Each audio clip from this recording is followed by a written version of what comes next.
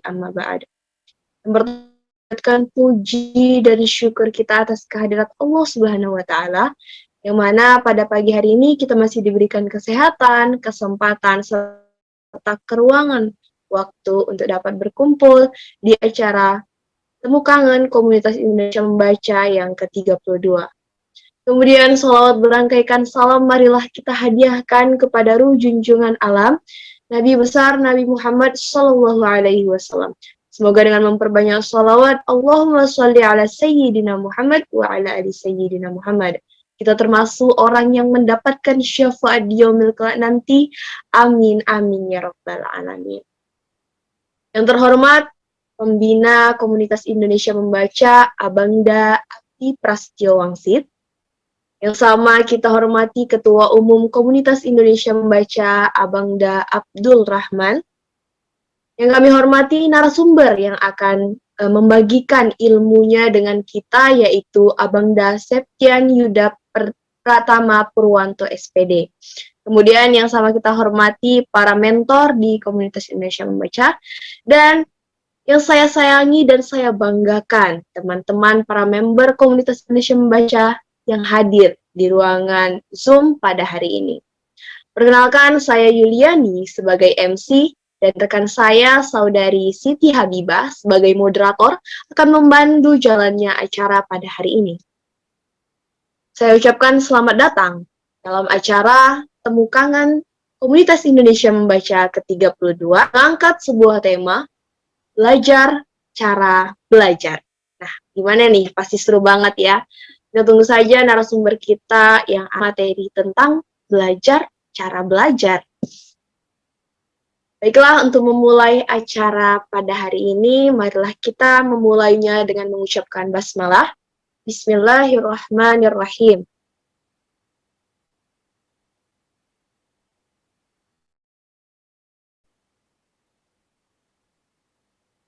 Masuklah kita ke acara yang pertama, yaitu pembacaan ayat suci Al-Quran yang akan dibacakan oleh Saudari Siti Arta Jayanti.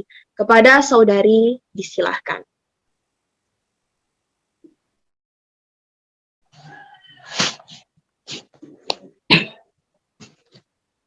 Assalamualaikum warahmatullahi wabarakatuh.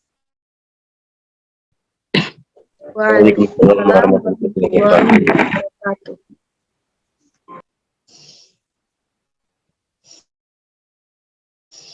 A'udzu billahi minasy syaithanir rajim.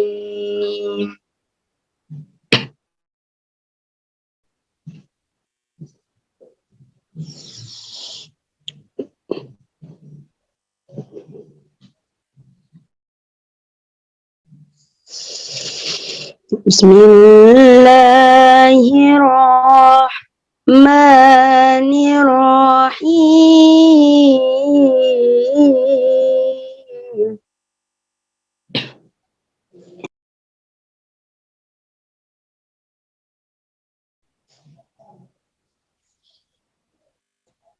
Huwallazi yusalli alaihi wa malaikatuhu liyukhrijakum minadh dhulumati ilan nur.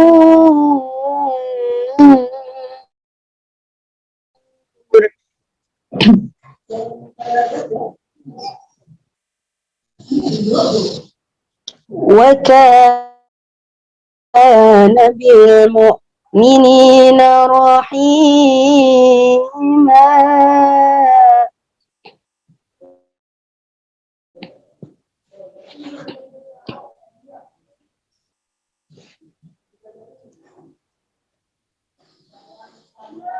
Tahiyyatuhum yawma yalqawnahu salamu wa a'adda lahum ajran karima.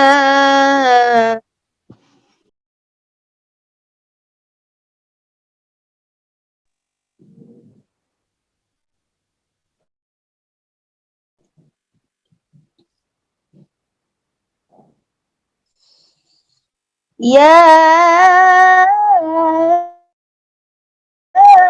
أيها النبي إنا أرسلناك شاهدا ومبشرا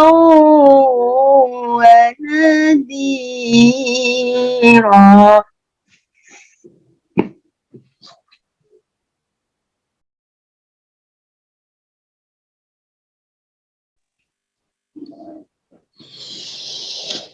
وداعيا إلى الله بإذنه وسراجا منيرا. صدق الله العظيم. السلام عليكم ورحمة الله. Waalaikumsalam warahmatullahi wabarakatuh. Baik, terima kasih saya ucapkan kepada Saudari Siti Arta Jayanti. Semoga yang membaca dan menyimak diberikan pahala oleh Allah Subhanahu wa taala. Amin amin ya rabbal alamin. Untuk mengambil hikmah pada acara kita kali ini adalah kita berdoa yang akan dipimpin oleh Saudara Nurdin. Kepada saudara kami silahkan. Bismillahirrahmanirrahim. Assalamualaikum warahmatullahi wabarakatuh. Waalaikumsalam warahmatullahi Pada pagi menjelang siang hari ini, mari sama-sama kita memanjatkan doa kepada Allah Subhanahu wa taala. Mudah-mudahan dengan kita berdoa dan bermunajat kepada Allah Subhanahu wa taala akan diberikan kemudahan dan kelancaran untuk acara kita pada pagi hari ini. A'udzu billahi minasy syaithanir rajim. Bismillahirrahmanirrahim. Alhamdulillahi rabbil alamin wassalatu wassalamu ala asyrafil anbiya'i wal mursalin wa ala alihi wa ashabihi rasulillahi ajma'in. Allahumma ighfir lana dzunubana wa liwalidayna warhamhuma kama rabbayana shaghira ولجميع المؤمنين والمؤمنات والمسلمين والمسلمات الأحياء منهم والأموات برحمتك يا أرحم الراحمين. اللهم فقهنا في الدين وعلمنا التأويل. ربنا اللهم أحينا بالإيمان وأمتنا بالإيمان واحشرنا بالإيمان وادخلنا الجنة مع الإيمان. اللهم عافنا من كل بلاء الدنيا وعذاب الآخرة وشر الدنيا وشر الآخرة. غفر الله لنا ولهم برحمتك. Amin. Kami bermunajat dan berdoa kepadamu ya Allah. Pada hari ini kami melaksanakan kegiatan, di mana kegiatan ini kami laksanakan untuk dan tujuannya untuk mendapatkan ridho dari-Mu ya Allah. Mudah-mudahan dengan apa yang kami perbuat hari ini ya Allah akan mendatangkan ridho-Mu. Ya Allah ya Tuhan kami, jadikanlah kami anak-anak yang soleh, berbakti kepada kedua orang tua kami ya Allah, dan jadikanlah kami sebagai anak dan generasi penerus bangsa ini ya Allah, yang akan menyelamatkan agama-Mu dari orang-orang yang ingin merusaknya ya Allah. Ya Allah ya Tuhan kami, berikanlah kepada pembina ataupun yang selalu memikirkan kegiatan yang baik ini, berilah dia kesehatan ya Allah, kuatkan imannya ya Allah, yang telah mengikuti dengan ikhlas acara ini ya Allah, berilah dia keberkahan ataupun berilah dia kemudahan dalam proses belajar mengajarnya Allah. Rabbana atina fid dunya hasanah wa fil akhirati hasanatan wa qina adzabannar. Sallallahu wasallam alaihi walhamdulillahi rabbil alamin. Sekianlah doa kita pada pagi hari ini. Mudah-mudahan mendatangkan berkah dari Allah terus kepada moderator kita. Assalamualaikum warahmatullahi wabarakatuh. Waalaikumsalam warahmatullahi wabarakatuh. Baik, terima kasih saya ucapkan kepada Saudara Nuhdin yang telah membacakan doa pada hari ini. Semoga acara kita diberikan keberkahan dan keridhaan oleh Allah Subhanahu wa taala. Amin ya rabbal alamin. Baiklah, masuklah kita ke acara selanjutnya, yaitu kata sambutan yang akan disampaikan oleh Saudari Afni. Kepada saudari kami silahkan.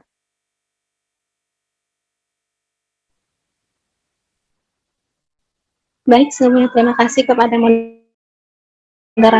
yang telah mempersilahkan saya kesempatan untuk menjadi salah satu pengisi acara pada hari yang berbahagia ini. Baik, Assalamualaikum warahmatullahi wabarakatuh. Waalaikumsalam warahmatullahi wabarakatuh. Alhamdulillahilladzi an'amana bi ni'matil iman wal islam. Wa nusalli wa nusallimu ala khairil anami sayyidina Muhammadin wa ala alihi wa sahbihi ajma'in. Amma ba'd. Alhamdulillah, segala puji syukur bagi Allah Ta'ala yang maha pengasih lagi maha penyayang, yang membalas segala doa-doa para hambanya dan senantiasa mencurahkan keberkahannya dalam hidup kita. Pertama-tama, marilah kita panjatkan puja dan puji syukur kehadirat Allah Subhanahu wa Ta'ala yang mana telah mempertemukan kita pada Zoom minggu ini. Kemudian tak lupa pula selawat, berangkaikan salam senantiasa kita hadiah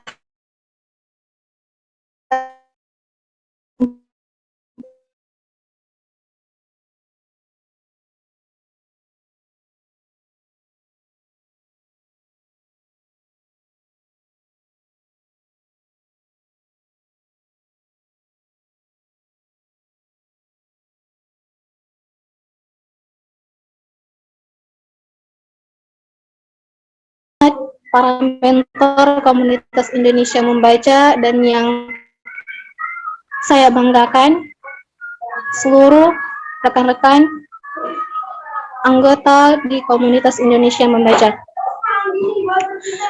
Perkenalkan, nama saya Ni Pulungan.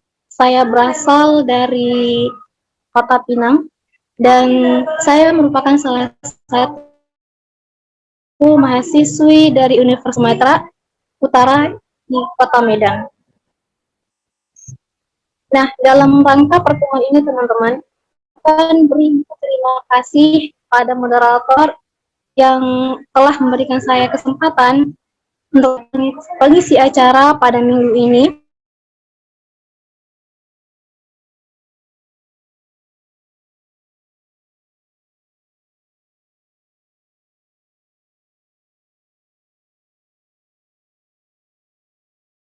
Saya selalu dan senantiasa menjadi orang yang pendidikan, maka sampai kapanpun kita akan tertinggal oleh orang-orang yang tidak belajar.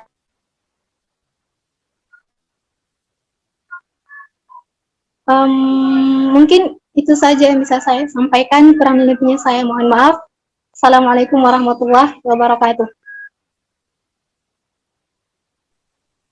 Waalaikumsalam warahmatullahi wabarakatuh. Baik, terima kasih saya ucapkan kepada Saudari Afni yang telah menyampaikan sambutan untuk acara kita pada hari ini. Nah, jadi pesan yang disampaikan oleh Afni adalah membaca itu penting sekali, teman-teman.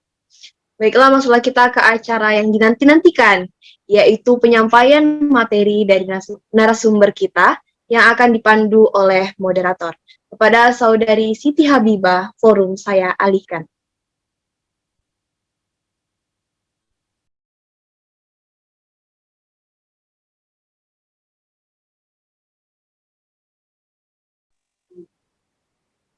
Baik. Terima kasih kepada MC Mbak Yuli untuk kesempatan yang telah diberikan. Assalamualaikum warahmatullahi wabarakatuh. Gimana nih kabarnya? Sehat. Wah, sudah ya. Saya baik katanya dalam hati. Pada off semua mic-nya soalnya.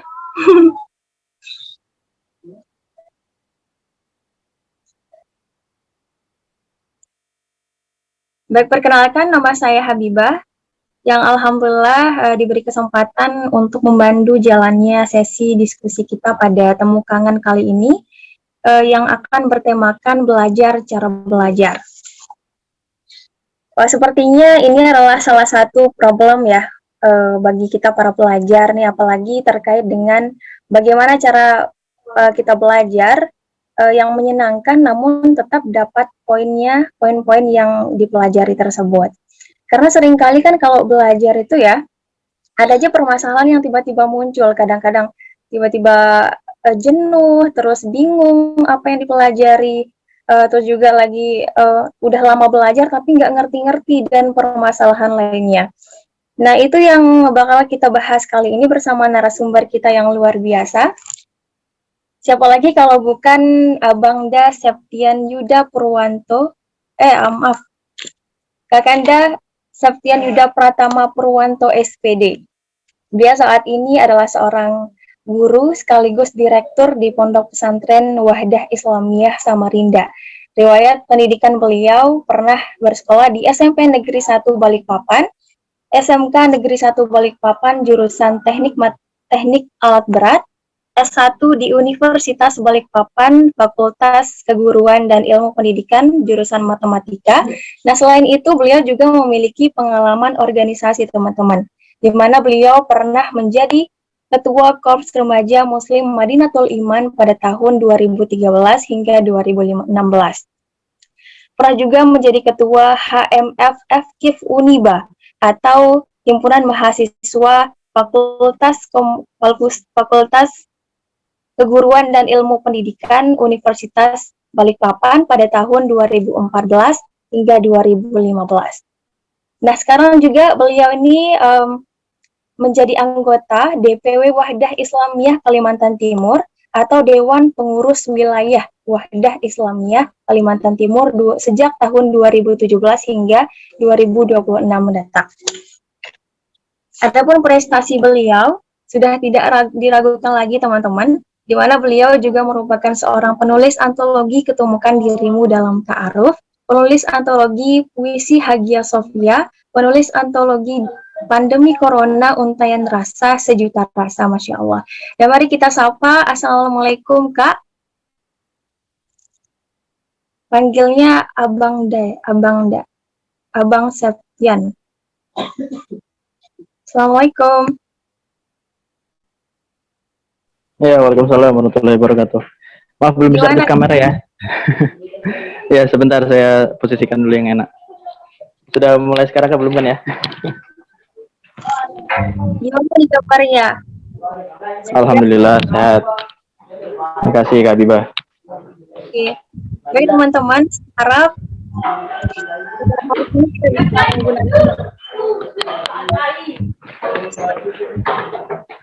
dan juga nanti di akhir akan ada sesi tanya jawab dan teman-teman aktif bertanya di sana. Nanti kalau misalnya bisa ditulis di chat Zoom dengan format nama, strip asal dan juga pertanyaannya. Kalau gitu untuk lebih mengefisienkan waktu, saya persilahkan kepada Abangda Septian Pratama Purwanto SPD untuk memberikan pemaparan materinya. Dipersilahkan. Oh, sekarang ya, saya kira ada resensi buku dulu di randonnya. Ditukar berarti ya? Bentar.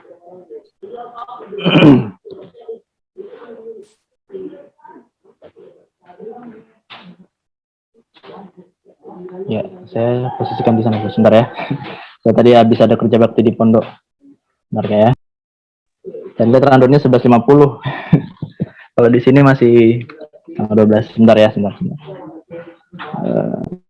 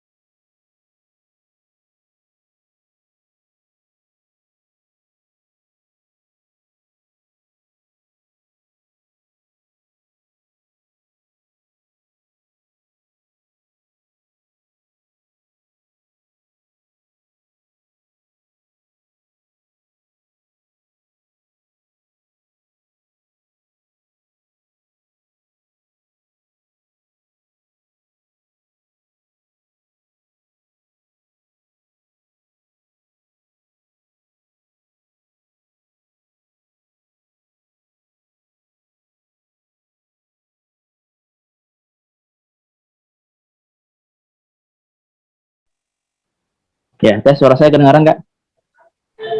Siap, kedengaran Mas. Kedengaran, Pak. Baik, sambil saya nyalakan laptop ini untuk berikan slide-nya ya.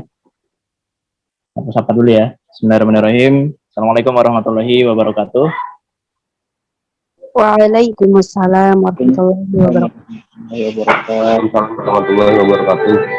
Alhamdulillahirrahmanirrahim. Hamdan katsiran thayyiban mubarakan fih kama yuhibbu rabbuna wa yarda. Asyhadu an la ilaha illallah wa la syarikalah wa asyhadu anna Muhammadan abduhu wa rasuluh. Allahumma shalli wa sallim wa barik ala nabiyyina Muhammad wa ala alihi wa sahbihi wa sallam. Bismillah li sadri wa yassir li amri wa hlul 'uqdatam min lisani yafqahu qawli. Allahumma inna nas'aluka ilman nafi'an wa rizqan thayyiban wa amalan mutaqabbala. Ya, teman-teman sekalian, teman-teman seperjuangan ya, para pejuang literasi yang mudah-mudahan selalu dalam keadaan sehat walafiat, semangat untuk belajar.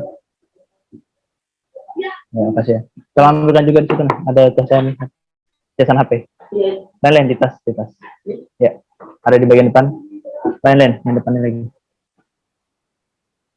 Oh, di sana. Dosa ini aja dulu. Tolong colok. Ini nih, Rafa. Tolong colok di sana. Tolong colok di situ. Iya. Yang casan yang itu dicabut baru colok di sini. Ya sebelumnya saya mohon maaf karena tadi saya lihat di random 11.50 jadi lebih awal ternyata ya, Masya Allah. Sekitar 20 menit awal ya nggak apa-apa, mudah-mudahan di waktu yang ada bisa dimaksimalkan. Lain yang sebelahnya, lain sebelahnya lagi. Ya, tercabut. Jadi ada beberapa persiapan saya yang terutama mengenai ini ya, slide untuk ini. Saya harus join lagi di laptop. Ya, kawan-kawan sekalian. Saya di sini bukan berarti lebih pintar ya, atau lebih banyak tahu dari teman-teman. Cuma hanya kebetulan Allah berikan saya.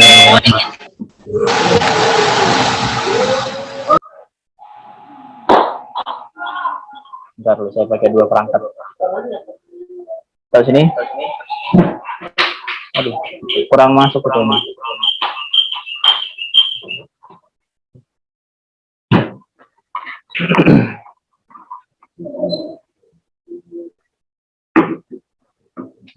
Bentar ya.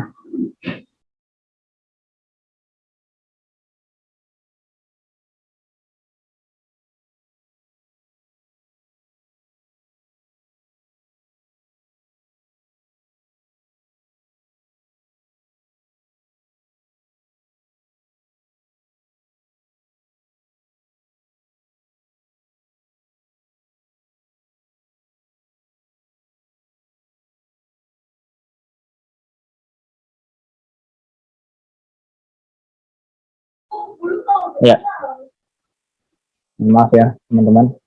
Ini sebelum kita masuk ke materi, ya saya perlu sampai beberapa pengantar dulu. Jadi pertama itu tadi ya, bisa jadi teman-teman di sini juga lebih memahami, lebih menguasai teknik-teknik belajar, ya, cara belajar yang akan kita bahas. Dan tentu itu juga bukan menjadi satu-satunya atau eh, menjadi cara yang paling benar gitu ya. Untuk kita yang merasakan sendiri, kita menjadi pelaku atau pembelajar itu sendiri harus punya strategi menyesuaikan dengan kondisi kita. Nah, belum berangkat lebih jauh, teman-teman, mohon bisa tuliskan di chat ya.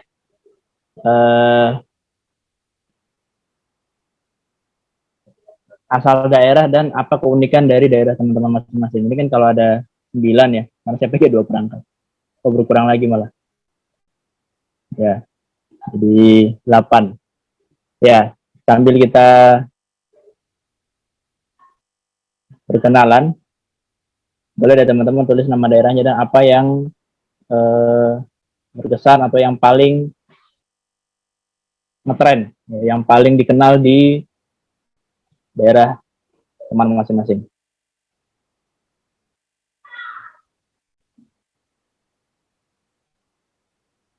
Oh ya, hostnya bisa minta tolong siapa ini? Kak Abi kah? Bang Abi untuk yang ini official Kim. Tolong ada akun yang slide materi itu tolong dijadikan co-host atau bisa ya bisa nampilkan sudah ya. Oh bisa kayaknya. Oh iya, sudah bisa. Mas Adi tebing tinggi, lemang dan roti kacang. Ya ini dari makanannya ya. Ya boleh sebenarnya tempat yang bagus ya, boleh juga mungkin tokoh-tokohnya, ya boleh juga wisatanya, makanannya, apa yang berkesan dan yang paling unik. Ini ada kaitan dengan materi kita nih. Bang Abi sudah tebing tinggi, Sumatera Utara, lemang dan roti kacang. Ya, kalau tadi yang moderatornya Kak Habibah ya.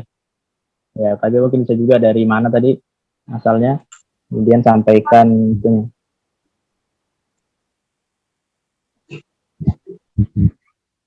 Hal apa yang unik.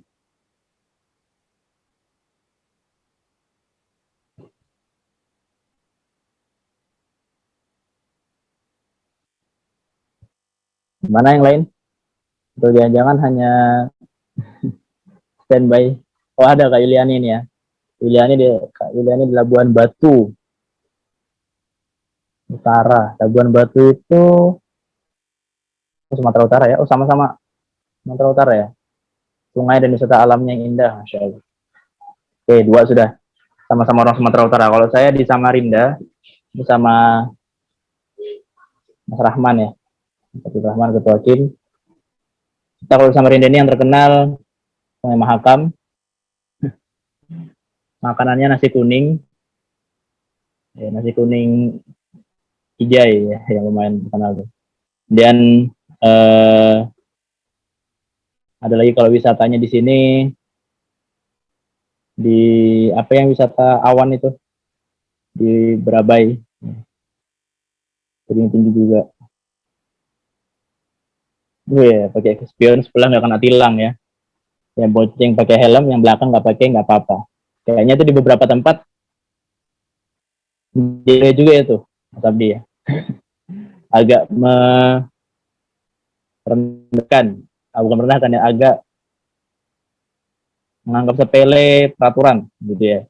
Sebenarnya sih nggak masalah, saya juga kalau ke warung, kalau dekat-dekat sini ya nggak pakai helm. Cuman kalau ke kota biasanya kita memang pakai itu karena lalu lintas lumayan padat dan mindset kita kalau tentang ya spion, helm dan segala macam itu kan untuk keselamatan pribadi ya. Artinya manfaatnya itu sebenarnya untuk kita juga, bukan hanya sekedar untuk menghindari polisi ya, atau menghindari tilang.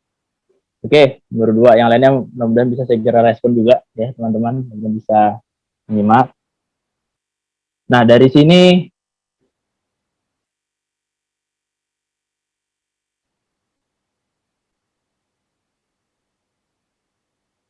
seperti Google Slide ya.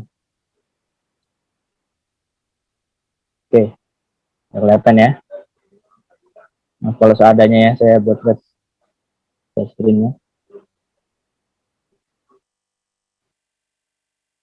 Saya tidak, sebenarnya saya udah siapkan juga Jamboard, cuman kayaknya nggak efektif kalau sekarang.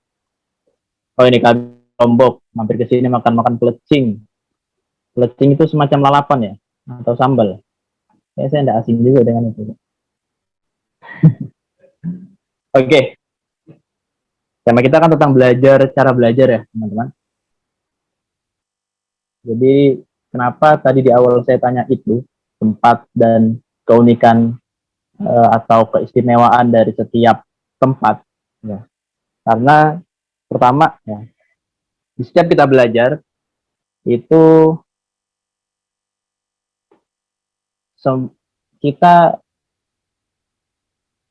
akan lebih mudah mengingat, memahami, ya, bahkan mengamalkan ilmu yang sudah kita pelajari kalau kita mengetahui keistimewaannya, ya, mengetahui apa keutamaan atau keistimewaan dari apa yang kita pelajari itu, apa manfaatnya. Nah, itu lebih mudah kan? Karena kayak tadi, biasanya kita juga anggaplah kita sekarang kalau kita sedikit flashback atau sedikit nostalgia tentang pelajaran SD, SMP, ya, rata-rata di sini sudah kuliah ya atau bahkan sudah bekerja. Nah, kalau kita flashback di dulu ya ketika kita SD, bahkan TK mungkin ya, itu kan yang paling teringat itu pasti momen-momen yang unik gitu ya, entah yang paling nakal ya, yang paling membuat kita bermasalah, atau yang paling baik ya, atau hal-hal lain yang membuat kita itu diistimewakan oleh guru kita, ya enggak? Rata-rata begitu. Itu pun juga sama, guru-guru kita yang kita ingat biasanya guru-guru yang paling baik ya sama kita, atau guru yang paling killer. Tapi yang tengah-tengah itu jarang kita ingat. Yang guru-guru biasa-biasa itu jarang. Ya. Coba resen teman-teman kalau ada yang jadi guru di sini. Kayaknya saya aja sini guru ya. Ya kalau ada boleh. Oh, Kak Biba guru. Guru apa Kak? SMP? SD, SMP, SMA, TK? Guru ngaji. Oh, guru. Ya enggak apa-apa, Masya Allah. Ngaji itu bagus juga. Bagus semua guru-guru. Jadi ngerasain juga kayak ketika kita punya murid juga, ya biasanya murid-muridnya yang paling kita ingat itu adalah murid yang paling nakal atau yang paling baik gitu kan, biasanya yang paling nurut, yang paling pintar. Tapi tengah-tengah itu jarang. Nah, belajar kita ya dalam setiap materi, dalam setiap mata pelajaran juga biasa begitu. Nah, maka kita perlu ya belajar gimana sih cara belajar yang optimal. Saya nggak bilang cara belajar yang benar ya, karena ya semua punya konsep belajar masing-masing. Jadi ini kita mulai nanti dari mindsetnya dulu, habis itu ya ada 4 poin ya di sini. Dari pola pikir, ya, teknik, tips, dan nanti kita coba tes praktek gitu ya. Ya yang ter ya, yang paling-paling itu biasanya yang paling. Nah, cuman kan gini ya, Bang Abdi, Kak Abdibal gitu ya. Kita belajar itu kan kita nggak ingin sia-sia. Ya. Kita ingin semua kita pelajari itu ada manfaatnya, kita ingin bisa membawa perubahan gitu ya. Kalau misalnya yang kita pelajari itu kemudian cepat lupa, nggak ada yang nempel, nah itu berarti ada yang salah, ada yang perlu dikoreksi di situ.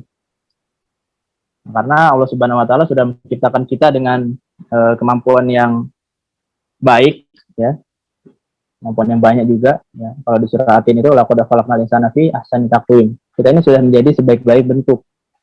Ya. Bahkan di surah apa itu? Ali Imran ya. Kalau tidak salah itu ada salah satu doa. Maaf apa bukan sebelum rangkaian doa itu ada penjelasan bahwa ma khalaqta hadza batila subhanaka faqina adzabannar. Di rangkaian doa itu kita meyakinkan diri kita mengakui bahwa semua yang Allah ciptakan itu tidak ada yang sia-sia. Maka kalau kita belajar coba kita flashback ini. Iya, dulu saya belajar IPS, belajar PKN, ya. Apalagi belajar bahasa, belajar matematika, bahkan saya guru matematika. Atau belajar itu untuk apa sih? Nah, gitu. Makanya ini yang perlu kita pahami ya bersama teman-teman bahwa jangan sampai kita belajar dengan cara belajar yang keliru, ya. Dengan cara belajar yang tidak optimal, sehingga belajarnya sia-sia. Padahal ilmunya, ya, kalau belajar mungkin menjadi sebuah proses yang agak sia-sia gitu. Tapi ilmunya, ya, ilmunya itu sebenarnya sangat bermanfaat ya. Daging bahasa sekarang ya, daging banget itu. Karena kan sebenarnya Mas Abdi juga pernah sampaikan tentang konsep kepemimpinannya siapa? Luffy itu ya. Itu aja luar biasa sekali. Mas Abdi bisa mengambil hikmah dari tokoh fiksi begitu ya. Nggak masalah, kita bisa belajar dari banyak hal, bisa belajar dari banyak orang. Ya. Makanya ini 4 poin yang kita akan pelajari sama-sama ini, beberapa tips dari saya, beberapa pengalaman juga, yang mudah-mudahan bisa mengoptimalkan cara belajar kita setelah ini. Ya. Oke, yang pertama teman-teman, coba kalau ya boleh sharing lagi ya mengenai pertanyaan. Ini saya pakai pertanyaan semua nih anunya ini. Karena memang belajar itu harus didasari dengan pertanyaan. Susah kita rasanya kalau mau belajar tapi nggak ada pertanyaan, nggak ada masalah. Itu seperti tidak ada pembelajaran sebenarnya. Kayak kita cuma sekedar dengar saja, cuma menerima saja, cuma membaca saja. Maka kita memang penting untuk selalu memunculkan pertanyaan yang logis, ya, yang berkaitan dengan apa yang ingin kita pelajari. Selama masih bisa di dalam ranah logika. Di luar yang goib-goib ya tidak terlalu kita kayak misalnya Allah itu tercipta dari apa, itu yang terlalu ekstrim ya. Pertanyaan-pertanyaan yang dilarang. Nah, selama pertanyaan ini masih berkaitan dengan hal-hal yang masih bisa dijawab baik dengan dalil-dalil kitab suci ya, maupun juga dengan hadis-hadis Rasulullah SAW ya, atau juga dengan dijawab dengan ya saintifik gitu ya, bisa dibuktikan, bisa dirasionalkan dengan logika, maka itu perlu untuk kita pertanyakan, perlu untuk kita kritisi. Bentar, yang kesampaian masukin.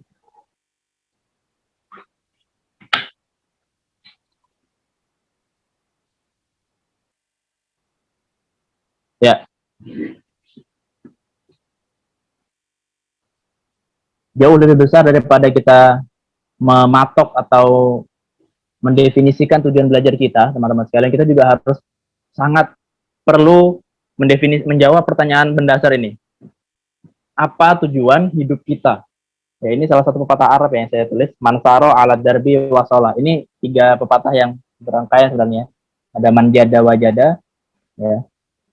Manjada wajada itu orang siapa yang bersungguh-sungguh, orang siapa yang berjuang dengan serius, maka dia akan wajada, akan terwujud, akan mendapatkan apa yang diperjuangkan.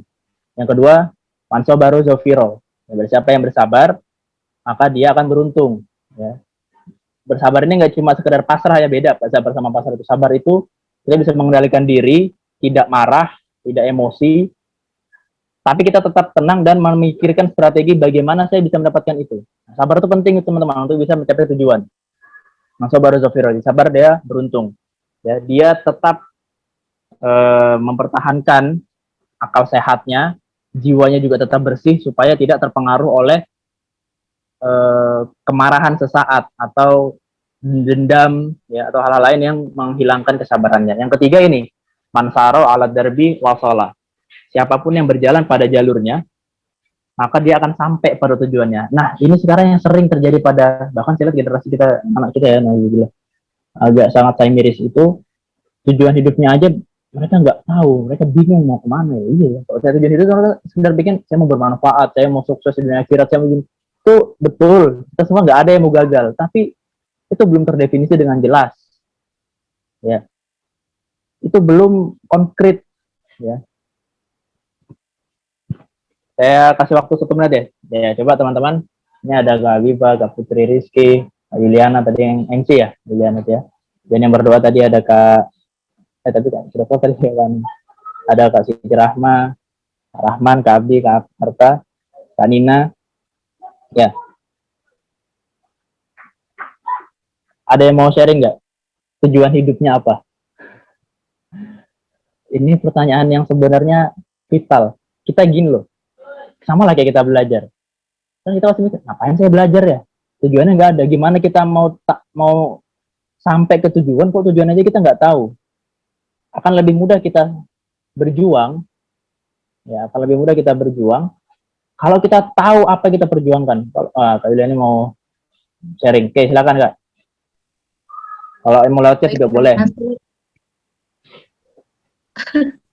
Baik, terima kasih sebelumnya Kak Septian Yuda. Sedikit tentang tujuan hidup saya.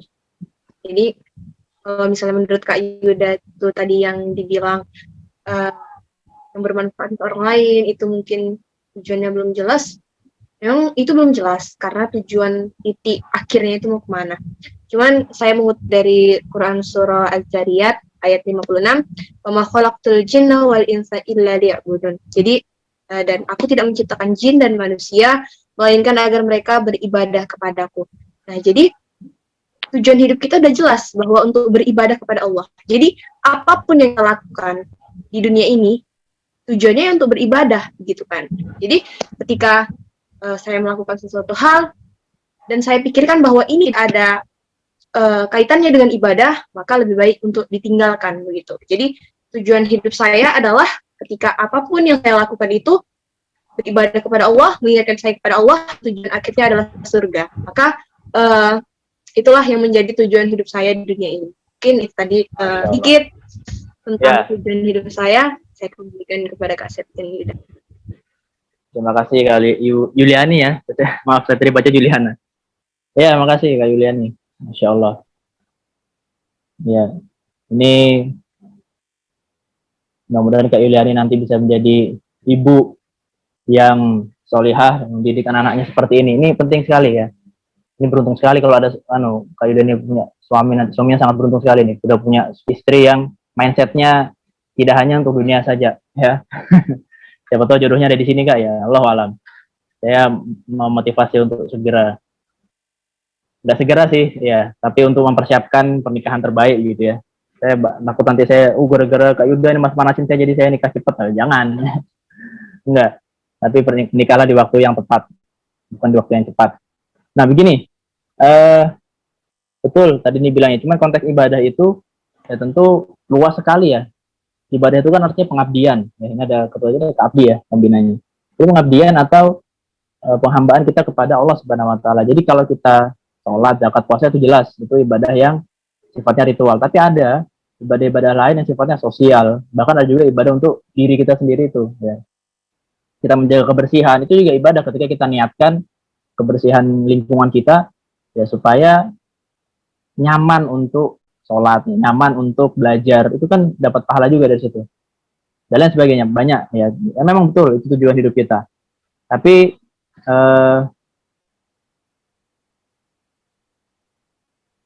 kita juga tidak boleh lupa ya, Pak Yuliani dan teman-teman semua, bahwa banyak bidang dalam hidup kita yang perlu kita masuki untuk membuat ibadah itu lebih terasa nikmatnya. Ya, saya insya Allah akan lebih fokus ya, saya lebih fokus untuk mengabdi atau beribadah di ranah pendidikan ya. Karena saya merasa passion saya di situ, kemampuan saya di situ ya, alhamdulillah, dan saya akan perjuangkan supaya pendidikan anak-anak ya, remaja maupun pemuda itu bisa lebih baik. Nah, saya lebih ke arah sana ya teman-teman. Jadi Kak Yuliani misalnya punya passion ke kesehatan, teknik, ya, wirausaha, perdagangan dan sebagainya, itu juga perlu untuk kita pikirkan tujuan hidup saya mau bermanfaat. Oke, itu bagus sekali beribadah, turunan nanti bermanfaat. Ya, karena kalau kita beribadah tapi tidak membawa manfaat, sama nanti ini kenapa kita harus belajar arahnya ke sana juga Kak.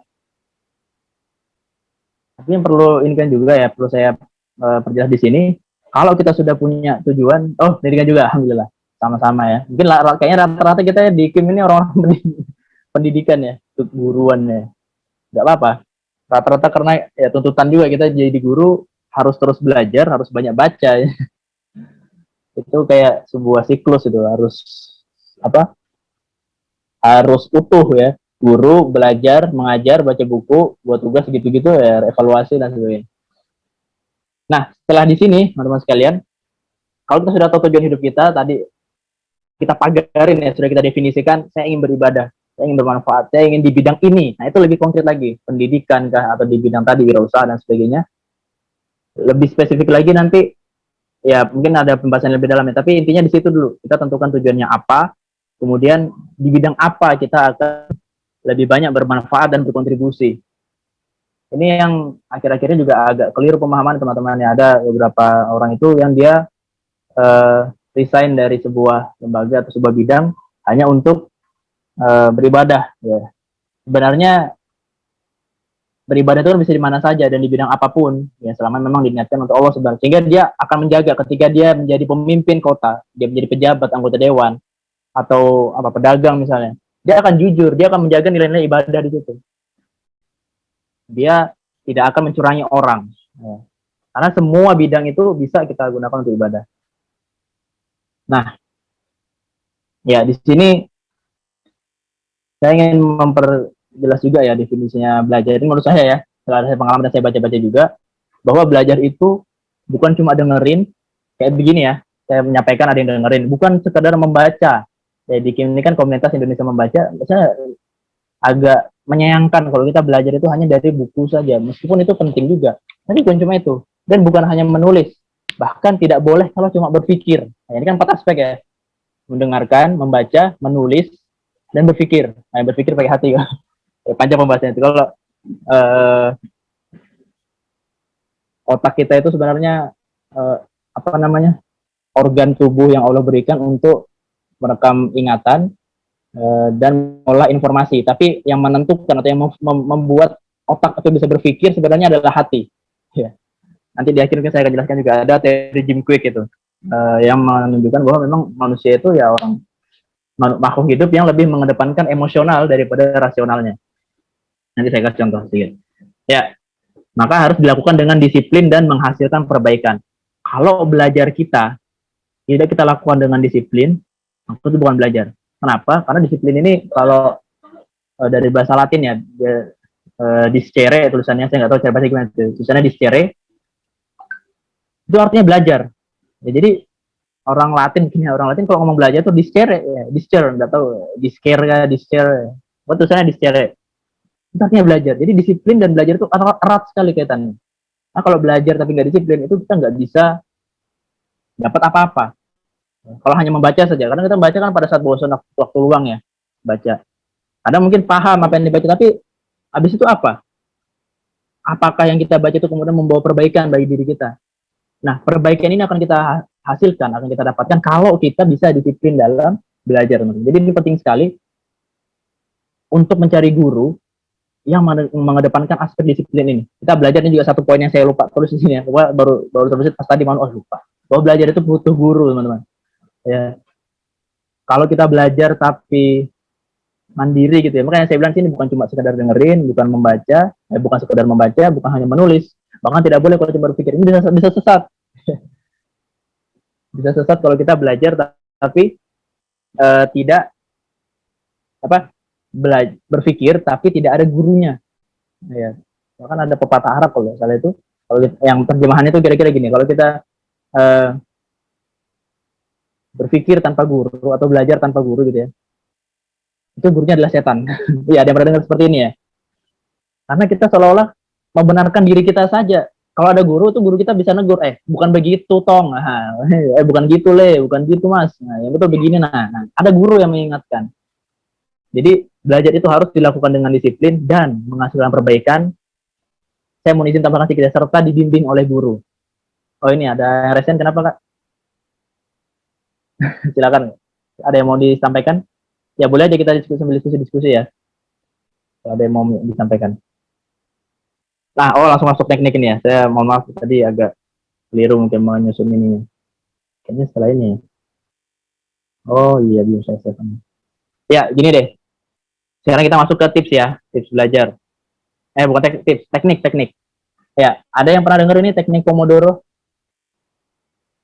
Boleh raise hand atau respon di chat kalau ada yang tahu apa Pomodoro. Ini kayak wong Jawa ya Pomodoro. Atau Maduro ya, Beduro ya. Ada yang tahu itu kok gambarnya kayak gitu, apa hubungannya? Ada yang tahu Pomodoro? Nggak ada. Oke. Belum Mas Abdi. Oke, gini. Jadi Pomodoro ini teknik belajar yang ditemukan atau digagas oleh seorang dia seorang penulis buku ya. Seorang penulis buku dari Italia. Saya lupa namanya, Francesco siapa gitu. Mohon maaf ya, tadi saya lupa nge-review lagi yang ini. Tadi pengasih keluar. Ya, itu teknik Pomodoro ini bukan Podomoro ya, nah, beda. Podomoro sama Pomodoro. Ini Pomodoro. Jadi Pomodoro itu sebenarnya kalau dalam bahasa Itali artinya tomat. Ini tomatnya.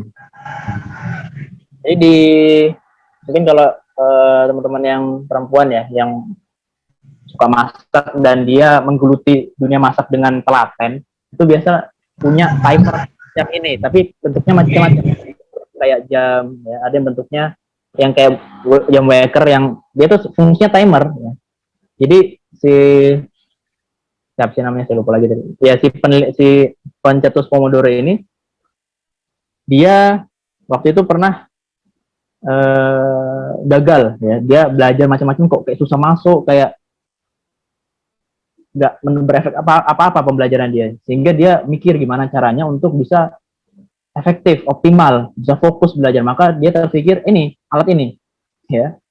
Dia ternyata punya ini di dapurnya, sebuah timer yang bentuknya tomat. Ya, jadi Pomodoro itu sebenarnya artinya tomat. Pomodoro itu artinya tomat. Dan dia set waktu yang menurut dia itu adalah waktu maksimal dia untuk bisa fokus. Nah, jadi teknik Pomodoro ini dia bagi waktu 25 menit untuk belajar, ya, kemudian 5 menit untuk istirahat. Selama 25 menit sesi itu tidak boleh ada distraksi apapun, tidak boleh ada gangguan apapun. Ini berlangsung selama 4 kali pengulangan. Jadi berapa tuh? 30 kali 4 ya. 2 jam, ya 2 jam, satu sesi 2 jam pelajaran. Ini bagi dia belajar mandiri. Ya, nanti ada dia, saya bahas di pacar ini ya. Pacar, variasi cara belajar. Ya, cara belajar macam-macam, tapi intinya di 25 menit itu dia sudah tulis, ya makanya dia ada ini ya. Dia sudah targetkan, dia sudah tulis apa yang mau saya pelajari dan apa yang mau saya kuasai selama 20 menit itu. Kalau belum nanti lanjut di sesi selanjutnya. Yang jelas 20 menit itu fokus untuk memahami materi itu. Tidak boleh ada gangguan HP, anak-anak, ya, istri, suami, teman, apapun itu nggak boleh. Dia bilang begitu. Nah, setelah 20 menit, 5 menit setelahnya barulah dia bebas. Dia mau buka HP, dia mau nelpon teman, dia mau ya, kalau minum boleh lah, minum di 20 menit itu boleh, sekedar minum dan jenis itu boleh masih di sesi 25 menit tadi itu ya. Tapi yang jelas di sesi 5 menit istirahat itu dia bisa lebih bebas, 5 menit. Dia setting waktu lagi 5 menit. Ya, taruh baru dia mungkin perenggangan badan ya, berdiri-berdiri atau sedikit jogging, baca-baca berita atau apa yang membuat dia sedikit rileks ya. Kalau kita mungkin bagi seorang muslim mungkin berwudu, cuci muka atau jenisnya. Setelah itu sudah habis waktunya tring. Nah, 5 menit habis, duduk lagi dia. Fokus lagi 20 menit yang kedua untuk belajar. Seperti itu yang pertama. Konsepnya sama seperti yang pertama. Lanjut. Setelah selesai 5 menit lagi istirahat sampai 4 kali. 4 kali ini 25 menit dan 5 menit istirahat, habis itu 25 menit lagi belajar, 5 menit istirahat sampai terakhir. Nah, setelah terakhir ini istirahatnya lebih lama, 30 menit. Nah, setelah ini bebas. Kalau teman-teman mau lanjut belajar lagi, boleh. Ya, maaf saya tadi juga belum menuliskan ini ya. Jadi di Pomodoro ini saya tambahkan aja penjelasan. Ini saya anukan seperti ini kalau teman-teman mau lihat ya. Ya, penjelasannya. Ada juga kalau mau ini, saya berapa kali sudah mencoba ini dan alhamdulillah ternyata memang sangat efektif. Nah, kalau teman-teman mau coba di sini. Ada situsnya pomofocus.io. Seperti ini. Dia membantu kita gitu. Nanti udah kita habis itu 5 menit short break. Nah, istirahat 5 menit, habis itu long breaknya 30 menit. Di sini 15 ya. Sebenarnya bisa diatur, teman-teman. Gimana ngaturnya? Kalau di mana? Oh, harus login dulu kayaknya. Di penjelasan yang saya baca di Pomodoro itu sebenarnya tidak mesti 25 menit. Ini hanya standar idealnya dia. Boleh teman-teman ganti sesuai dengan kemampuan dan kondisinya. Boleh 20 menit, 15 menit untuk fokus belajar, pokoknya tidak boleh diganggu. Habis itu istirahatnya ya 5 menit. Intinya memang harus ada jeda. 15, 5, 15, 5, 20, 5, 25. Saran saya, ya, saya sudah coba 25, ternyata bagi saya terlalu lama. Mungkin harus bertahap memang ya. Saya juga baru-baru ya sekitar 2-3 bulan ini beberapa kali menggunakan teknik Pomodoro ini. Saran saya 20 menit ininya, bisa juga pakai timer HP ya. Saya rasa kita udah punya perangkat masing-masing yang bisa dioptimalkan. 20 menit, 5 menit, 20 menit, 5 menit, seperti itu. Nanti terakhir, setelah 20 menit itu baru long break. Nah, itu teknik yang pertama. Mana? Ini tadi penjelasannya. Saya lupa namanya. Francesco Cirillo. Francesco Cirillo. Ya, jadi intinya gini teman-teman, kita itu sebenarnya belajar itu kalau mau optimal ya harus fokus, nggak boleh ada gangguan apapun. Nah, kemudian teknik yang kedua adalah ini, pacar, ya, variasi cara belajar. Ini masuk ke teknis juga. Jadi ada 3 utama. Oh, ini belum saya ganti adanya, ini kayaknya belum save tadi adanya saya untuk laptop. Saya ganti dulu ya kata-katanya biar bisa lebih disimak. Jadi begini. Tadi katakan.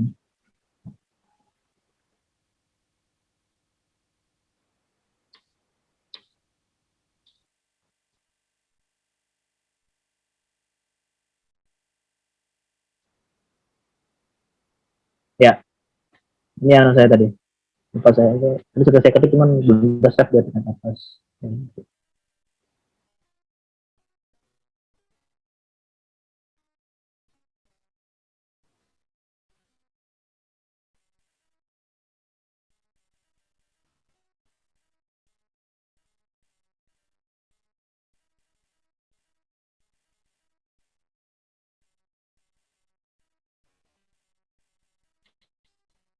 Ya,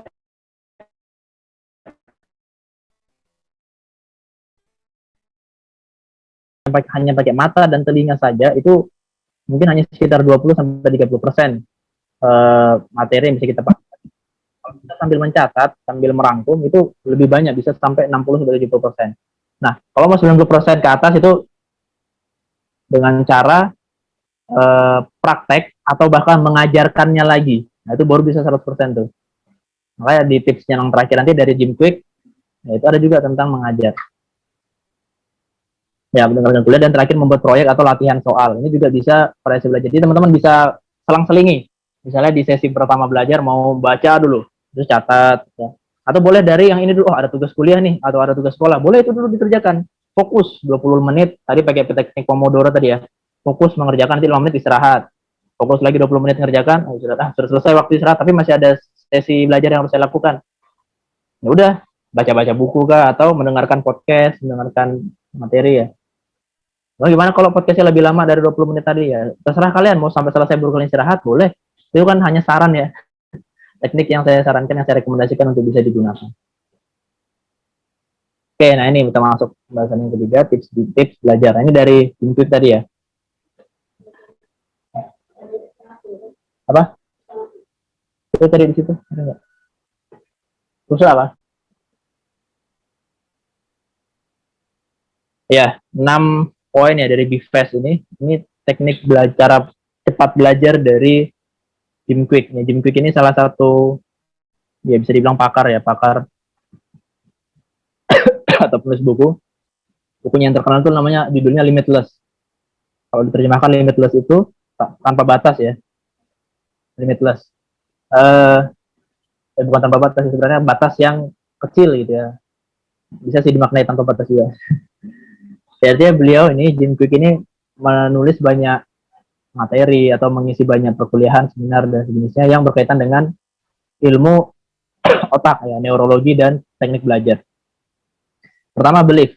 Ya, dia sangat panjang penjelasan tentang belief ini, tapi poin utama dari belief adalah yakin bahwa sebenarnya kita itu bisa, kita mampu, kita sanggup untuk memahami dan menyelesaikan masalah apapun yang kita berikan. Bahkan kalau kita sebagai orang Islam, ya.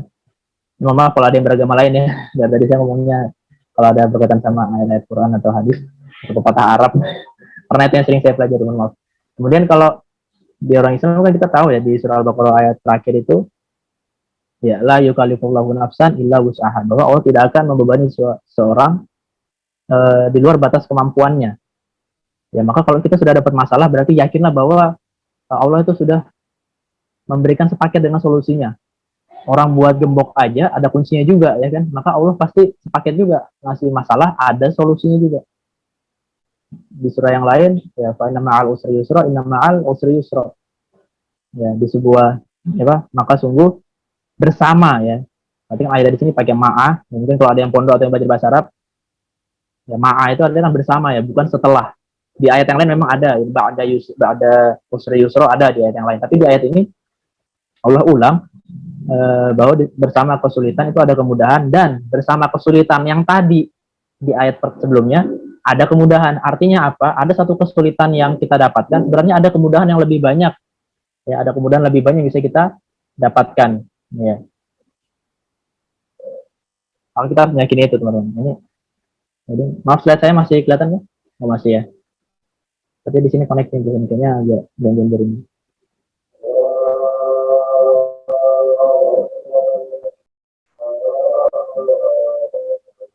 Maaf, kita break sejenak untuk mendengarkan azan ya. Saya sambil tampilkan layar dan saya coba ini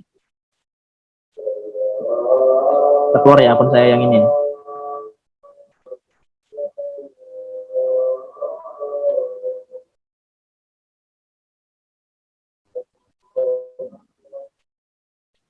Ya, saya setidaknya untuk mendengarkan azan.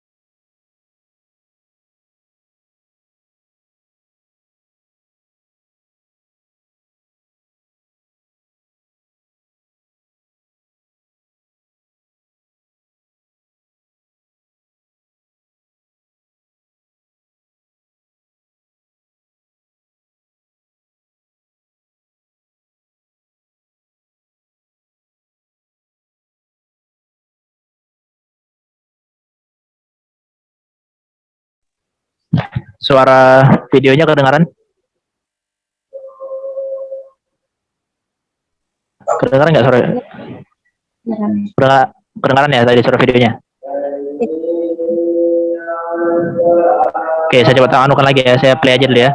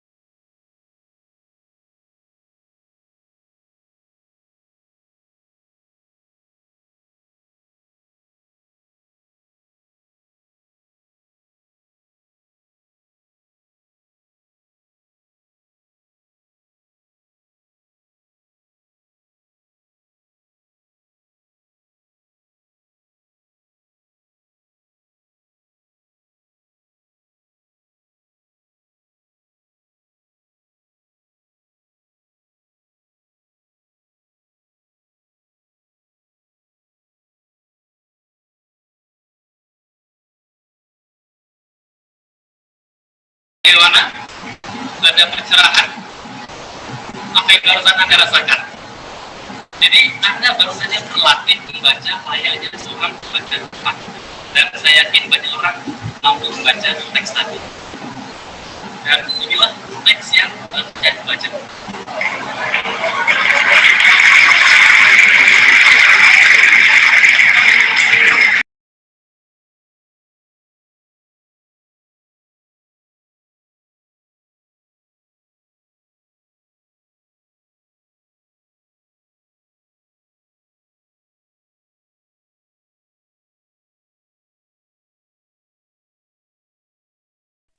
Ya, saya lanjutkan ya, teman-teman tim sekalian.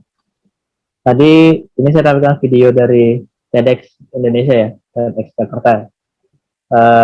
Yang saya tahu beliau ini adalah salah satu public speaker.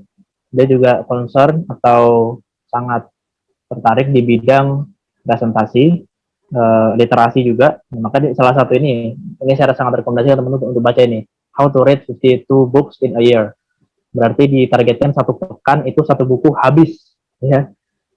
Sepekan satu buku. Di awal ya beliau memberikan fakta yang sangat saya tidak mau menambahkan sekarang karena panjang. Nanti saya kirim linknya aja di grup, mungkin bisa disimak lagi.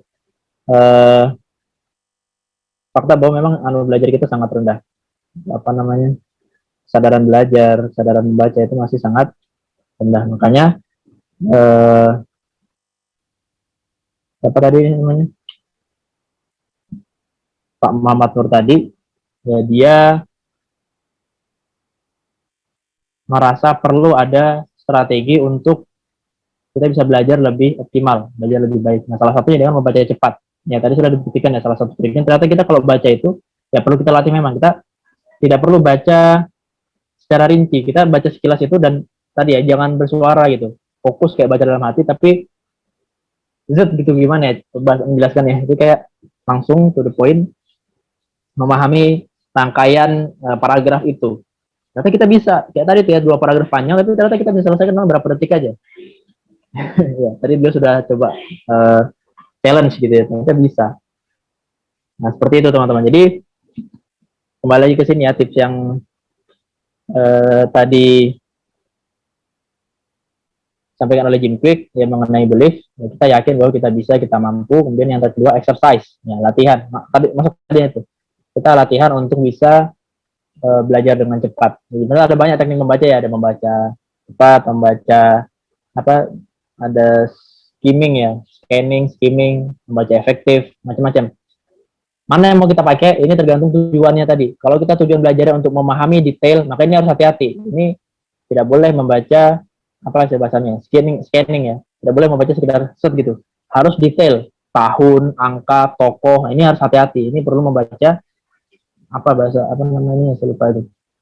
Iya, membaca efektif ya kalau nggak salah. Saya tuh boleh juga kalau ini. Makanya kita tentukan dulu tujuan belajarnya, tujuan membacanya itu untuk apa. Baru kita latih diri kita untuk menguasai teknik-teknik membaca yang tadi, ya, supaya waktu kita yang terbatas ini bisa lebih kita berdayakan, ya, bisa lebih banyak manfaatnya. Yang ketiga, F-nya fokus in, forget out. Maksudnya apa? Sebenarnya kata beliau di sebuah seminarnya itu lebih ke forget aja. Artinya usahakan betul-betul ketika kita sedang belajar, lupakan hal-hal di luar dari forum belajarnya itu. Forget it untuk sementara ini, ya, temporarily. Untuk sementara ini jangan ingat-ingat di luar ini. Sama juga kayak konsep apa, gelas kosong gitu ya. Kita coba lupakan dulu pembelajaran di luar dari materi ini. Ya, gelas kita mungkin ya nggak kosong banget lah, tapi gelas kita mungkin ada isinya sedikit ya. Itu materi yang sebelum-sebelumnya yang berkaitan dengan yang akan kita pelajari.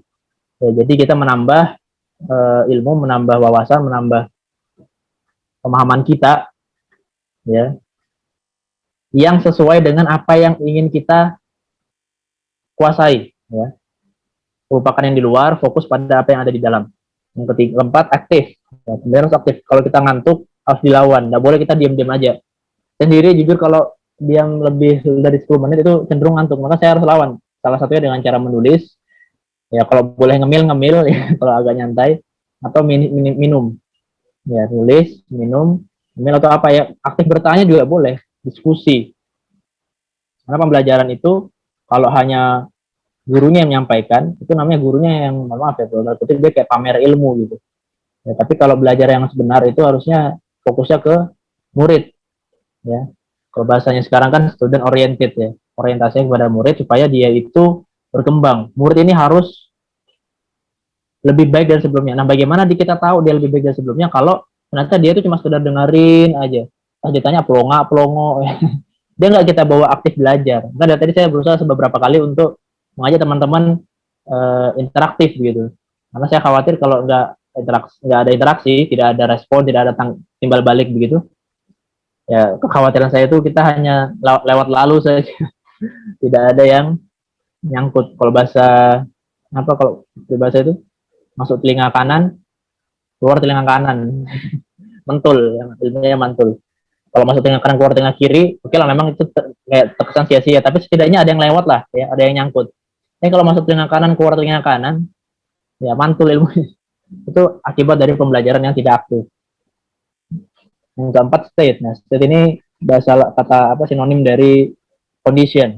Ya, jadi state ini adalah keadaan yang harus berusaha kita atur supaya optimal. Nah, ini disinilah juga tips belajar yang sangat efektif ya. Jadi kalau kita senang dengan apa, kita akan bisa lebih fokus. Kalau pencahayaannya bagus, ya usahakan lampu kamar kita itu lampu yang terang, atau lampu belajar yang lain yang membuat kita itu bisa nggak ngantuk. Bahkan lampu HP kayak kita atur gimana supaya bisa efektif. Jadi state ini, kondisi ini berkaitan sama lingkungan belajar. Misalnya kita suka dengan wangi-wangian apa yang bisa membuat lebih tenang, lebih rileks, lebih fokus, atau kita harus mandi dulu, harus bersih, harus wudhu dan sebagainya. Ini state di sini berkaitan dengan itu, teman-teman. Kondisi belajar kita. Usahakanlah kondisi itu betul-betul kondisi yang membuat kita optimal banget untuk belajar. Salah satu poinnya yang nyaman, ya. Cuma jangan juga terlalu nyaman, ntar ketiduran hilang. Ya, jadi nyamannya nyaman-nyaman yang standar lah, yang ideal. Ya. Terakhir, teach. Nah, kalau apalagi yang guru ya, tadi Yuliania kalau sudah punya konsep guru, pasti kan kita gini ya, punya mindset kita ya, kalau sebagai guru, saya akan ngajarin ini, maka saya harus paham betul ini. Ya, ketika kita mau ngajar, belajar lagi kita kan. Ya, kita belajar lagi bagaimana supaya materi yang sudah kita pahami ini bisa juga dipahami orang lain. Kita belajar dua kali. Kita belajar memahami untuk diri kita, dan kita belajar memahamkan ini untuk orang lain. Nah, ini agak memaksa kita supaya kita betul-betul paham konsepnya secara benar dari awal sampai akhir dan strategi mengajarnya. Nah, ini tips dari Jim Quick, Be Fast. Believe, exercise, focus in, figure out, active, state, dan teach. Ya. Kalau saya tidak di sekolah gimana? Kak, ya kalau memang nggak bergelut di dunia persekolahan ya, atau perkuliahan dan sebagainya, ya kalau ada keluarga, adik, teman, ya belajarlah kita sesuatu, kemudian punya mindset, saya akan ngajarin ini ke teman. Gitu. Tambahan lagi ada dua ya di sini, tiga ya, tiga di sini sama satu lagi terakhir. Membuat kurikulum belajar mandiri sepanjang hayat. Nah, ini berkaitan juga sama tujuan hidup kita tadi. Kita mau di bidang apa, dan disitulah kita susun. Kalau misalnya saya di bidang pendidikan, maka saya harus paham tentang public speaking, strategi belajar, materi matematika, dan lain sebagainya. Saya harus kuasai itu. Kalau teman-teman ada di kesehatan, sama juga. Kesehatan kontemporer seperti apa, dan kalau mau kaitkan sama hukum Islam seperti apa, dan lain sebagainya. Semua kita harus menyusun kurikulum belajar mandiri. Jangan sampai kita belajar itu berhenti ketika di wisuda. Wisuda itu menjadi penanda kita berhenti belajar. Nauzubillah, bukan begitu ya. Kita nggak boleh berhenti belajar hanya karena kita sudah lulus kuliah atau lulus sekolah. Belajarlah terus sepanjang hayat. Nah, ini yang sering disalahpahami oleh beberapa pelajar, menganggap kalau sudah lulus, selesai sudah belajarnya. Ini salah. Ini perlu kita sadarkan teman-teman kita. Yang kedua, membuat mind map kreatif. Catatan-catatan kita usahakan enak dilihat, catatannya rapi, mind map-nya juga bagus ya. Sehingga kalau kita mau review, mudah untuk dipelajari. Terakhir, ini terakhir di slide ini ya, adalah yang paling terakhir banget tipsnya. Optimasi digital learning. Ini ada beberapa website yang sangat mensupport ya, ada Indonesia X, ada apalagi bahkan di Oxford kalau nggak salah itu ada juga dia perkuliahan online yang gratis. Di podcast juga banyak ya. Buku-buku digital juga banyak. Jadi digital learning ini harus kita optimalkan teman-teman. Jangan sampai kita hanya sekedar menggunakan HP untuk medsos atau hal lain yang bahkan auzubillah lebih tidak bermanfaat. Terakhir lagi, kuasai bahasa, jelajahi dunia. Ini terakhir ya kalau nggak salah ya. Ya, yuk latihannya nanti ini masuk di sesi jawab aja. Jadi kuasai bahasa, jelajahi dunia ini maksud saya kita Indonesia itu kan baru segini ya. Ini peta yang sangat indah sekali ya, imajinatif sekali. Gitu. Indonesia kan segini aja. Kita menguasai bahasa Indonesia itu, alhamdulillah kita sudah bisa menguasai sebagian ini ilmu-ilmu yang ada di sini. Tapi pun itu masih sangat sedikit dibandingkan seluruh dunia ini kan ya. Padahal ilmu-ilmu medis, ilmu-ilmu teknik, ilmu-ilmu pendidikan sekalipun itu banyak dibahas oleh pakar-pakar di negara lain. di Jepang, di Inggris, Amerika dan lain sebagainya itu punya pakar-pakar pendidikan yang mereka menulis ilmu-ilmunya dengan bahasa asing. Nah, maka ini menjadi doa saya juga ya, mudah-mudahan Kim ini nanti kedepannya bisa juga menjadi membacanya itu ya, bukan hanya membaca literatur Indonesia saja, tapi literatur bahasa asing. Saya sampai saat ini baru dua yang jadi fokus sama saya, itu bahasa Inggris dan bahasa Arab. Ya alhamdulillah yang lebih saya kuasai bahasa Inggris. Tapi kalau bahasa Arab, kalau dipresentasikan mungkin bahasa Inggris itu 70% lah ya. Kalau bahasa Arab mungkin baru 20%. Ya. Bukan di total 90%, enggak, jadi beda ya. Nanti penguasaan bahasa Arab saya baru 20%, penguasaan bahasa Inggris saya baru 70%-an. Sudah bisa lah untuk sedikit diskusi bahasa Inggris, insya Allah dalam paham. Tapi itu masih sangat kurang teman-teman. Jadi penting juga kita untuk menguasai bahasa sebagai kunci untuk membuka jendela-jendela ilmu di dunia. Teman-teman juga bisa kuliah ke luar negeri, ya merantau, negeri dan lain sebagainya dengan bahasa itu. Ya, itu aja dari saya. Sedikit yang saya share, mohon maaf kalau ada beberapa kesalahan. Ya, saya mohon ampun juga kepada Allah Subhanahu Wa Taala atas segala kesalahan. Jika ada yang mau didiskusikan, saya kembalikan ke Kak Habibah. Terima kasih. Assalamualaikum warahmatullahi wabarakatuh. Waalaikumsalam warahmatullahi wabarakatuh.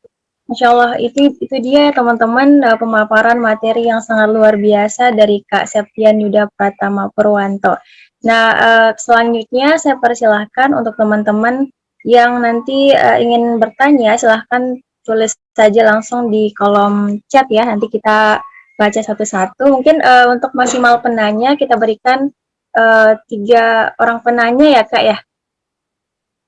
3 penanya kita persilahkan kepada teman-teman yang ingin bertanya. Dan sedikit informasi dulu Kak, karena saya kurang ini, saya mohon maaf tadi agak ada kesalahan juga mengenai rundown-nya, di mana sebelumnya harus ada resensi buku, tapi karena saya terlalu grogi juga, karena ini pertama kali juga saya jadi moderator, apalagi ini online lagi. Makin leger saya, Masya Allah.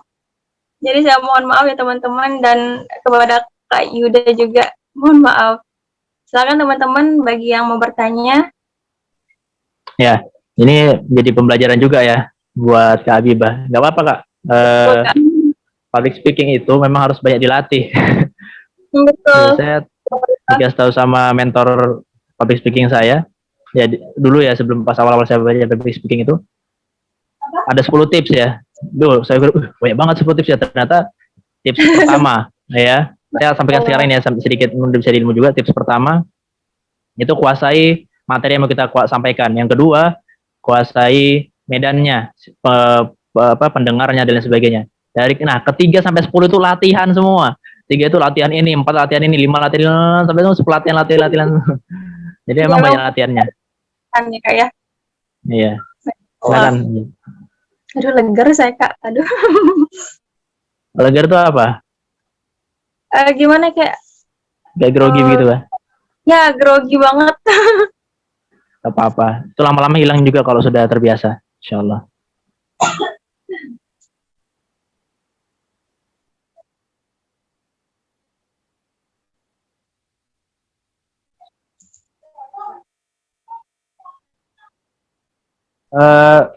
Mohon maaf Kak Habibah, nanti mungkin gini aja dulu, kan masih mau resensi buku dan sambil nyampaikan sesuatu tadi itu ya. Saya minta izin di rolling aja dulu, artinya silahkan yang tadi dulu, nanti kalau ada mau bertanya boleh dicatat. Saya mau izin sholat dulu ya, nanti habis itu saya kembali lagi insya Allah. Oh ya Kak. Ya ini saya biarkan aja nyala videonya. Ya. Oke, makasih ya. Ya, terima kasih juga Kak. Sampai teman-teman, silakan mungkin ada yang ingin bertanya.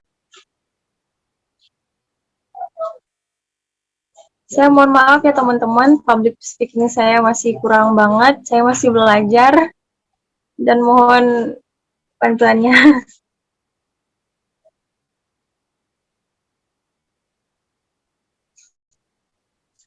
Nah, mungkin ada nih dari teman-teman yang ingin nge-review bukunya nih, buku hasil bacaannya mungkin yang menarik buat direview. Silakan ada yang mau berbagi nih, atau gimana? Atau saya tunjuk nih caranya.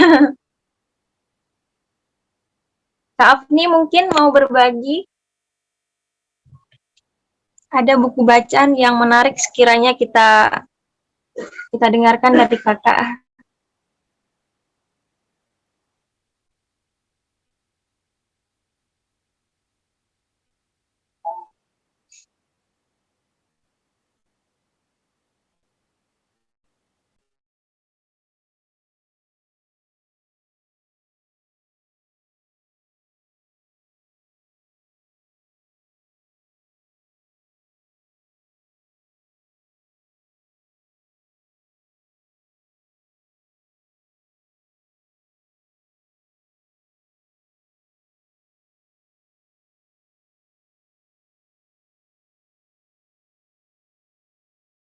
Cek. Halo, Assalamualaikum.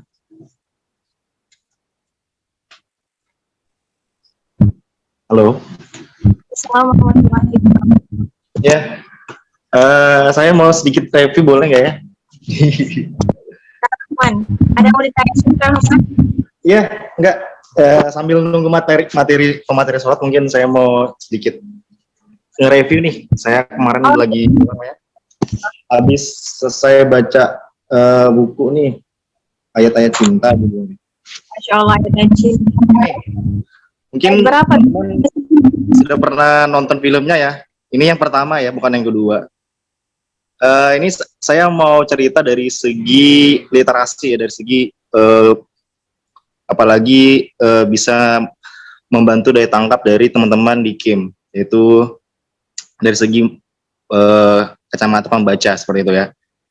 Jadi kalau mau diambil hikmahnya ya, ini buku memang bagus ya. Ini buku novel Pembangun Jiwa, sebuah novel yang sangat mencerahkan bagi saya, di mana tokoh utamanya Fahri ya. Di sini ada Fahri, ada juga istrinya namanya Aisyah, dan juga nanti ada tokoh Maria, dan juga ada satu tokoh perempuan namanya Nora. Nah, di sini Fahri diceritakan sebagai seorang mahasiswa S2 yang mengambil S2-nya di Kairo, Mesir, yaitu Universitas Al-Azhar. Nah, jadi saya terkagum-kagum dengan tokoh Fahri karena beliau bisa menyelesaikan gelarnya, kemudian bisa merangkap sebagai penerjemah. Dia juga sebagai banyak lah pokoknya aktivitas Fahri yang memang mendukung gimana supaya kita tuh bisa terus berkarya kayak gitu. Nah, disinilah kenapa saya ingin merekomendasikan Ayat Cinta, walaupun mungkin teman-teman sudah ada yang nonton filmnya mungkin ya, dan itu sangat berbeda dengan kalau kita ngebaca secara langsung. Film apapun dan buku apapun akan sangat terasa beda ya kalau kita ngebaca dari segi naskahnya secara langsung yang ditulis oleh penulisnya. Nah, inilah pentingnya kita sebagai kader-kader di literasi bisa kembali merenungkan, kalau nggak cuma kita nonton ya hasil dari podcast,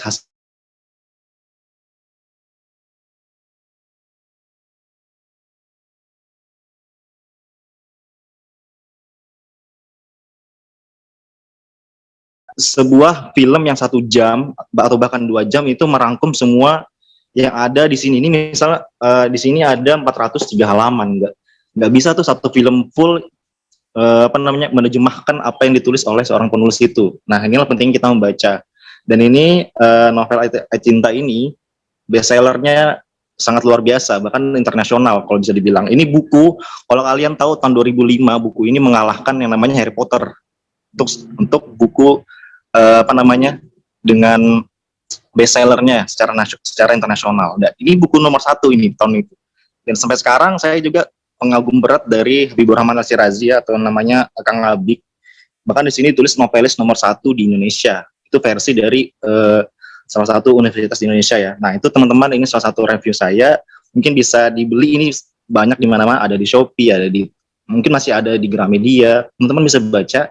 Dan bukan cuma Ayat Cinta, bukunya yang lain ada juga Apetohid, ada juga judulnya Ketika Cinta Bertasbih, dan banyak karya dari Kang Abik yang bisa teman-teman pelajari, yang bisa membangun jiwa. Yang mana kalau sudah saya secara pribadi habis membaca buku dari Kang Abik itu, terus terang jiwa saya terbangun, dan saya pasti kalau nggak saya pengen nulis, saya pengen baca lagi. Dan itu yang salah satu harus kita terus adakan di diri kita sebagai kader-kader di literasi kayak gitu. Ya, itu saja dari saya. Mungkin ada teman-teman yang mau nambahkan atau sambil nunggu pemateri seperti itu. Ya, terima kasih. Masya Allah, terima kasih Kak Rahman. Kak Rahman, kalau boleh tanya nih, menurut Kak Rahman pendapatnya mengenai film nih dibandingkan dari bukunya, mana lebih bagus kira-kira nih? Bukunya atau filmnya? Kan kadang tuh ada tuh beberapa buku yang ketika difilmkan malah lebih bagus bukunya daripada filmnya. Kalau menurut Kak Rahman gimana tentang buku Ayat-Ayat Cinta ini? Kalau Ayat Cinta, sebenarnya di sini ada kata pengantarnya dari MD Entertainment ya, selaku dari filmnya juga, pelaku filmnya juga, dia bilang kalau dia Kang Abik ini sudah apresiasi secara maksimal dari segi pembuatan filmnya. Tapi bagaimanapun kalau secara kacamata saya sebagai pembaca, memang bukunya lebih bagus daripada filmnya kayak gitu. Masya Allah. Terima kasih Kak Rahman. Mungkin ada lagi teman-teman yang lain yang mau review bukunya, disilahkan ya.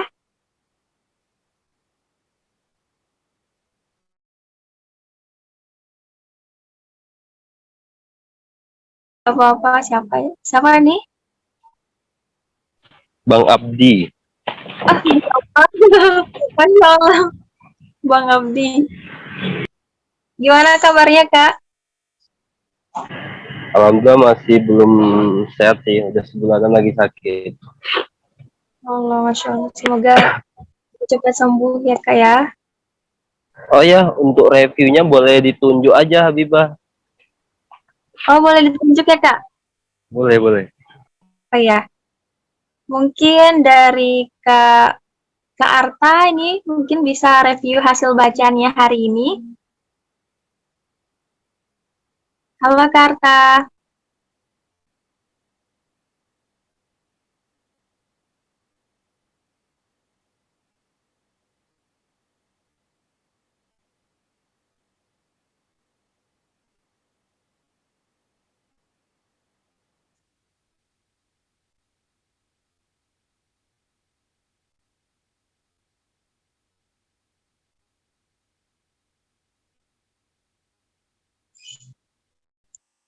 Oh, belum ada ya? Atau mungkin Kak Putri Rizky Aini. Kak Putri ada nggak nih?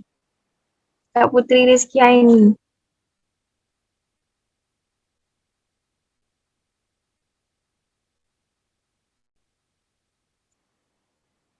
Belum ada juga ya?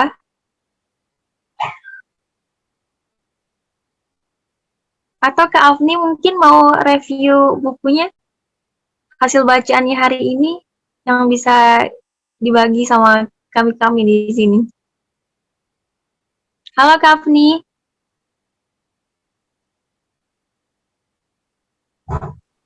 Oh iya, ada acara wisudaan di sana. Halo, izin. Iya. Izin Bang Abdi aja yang review sedikit. Ini buku. Oke, Bismillah. Bentar ya.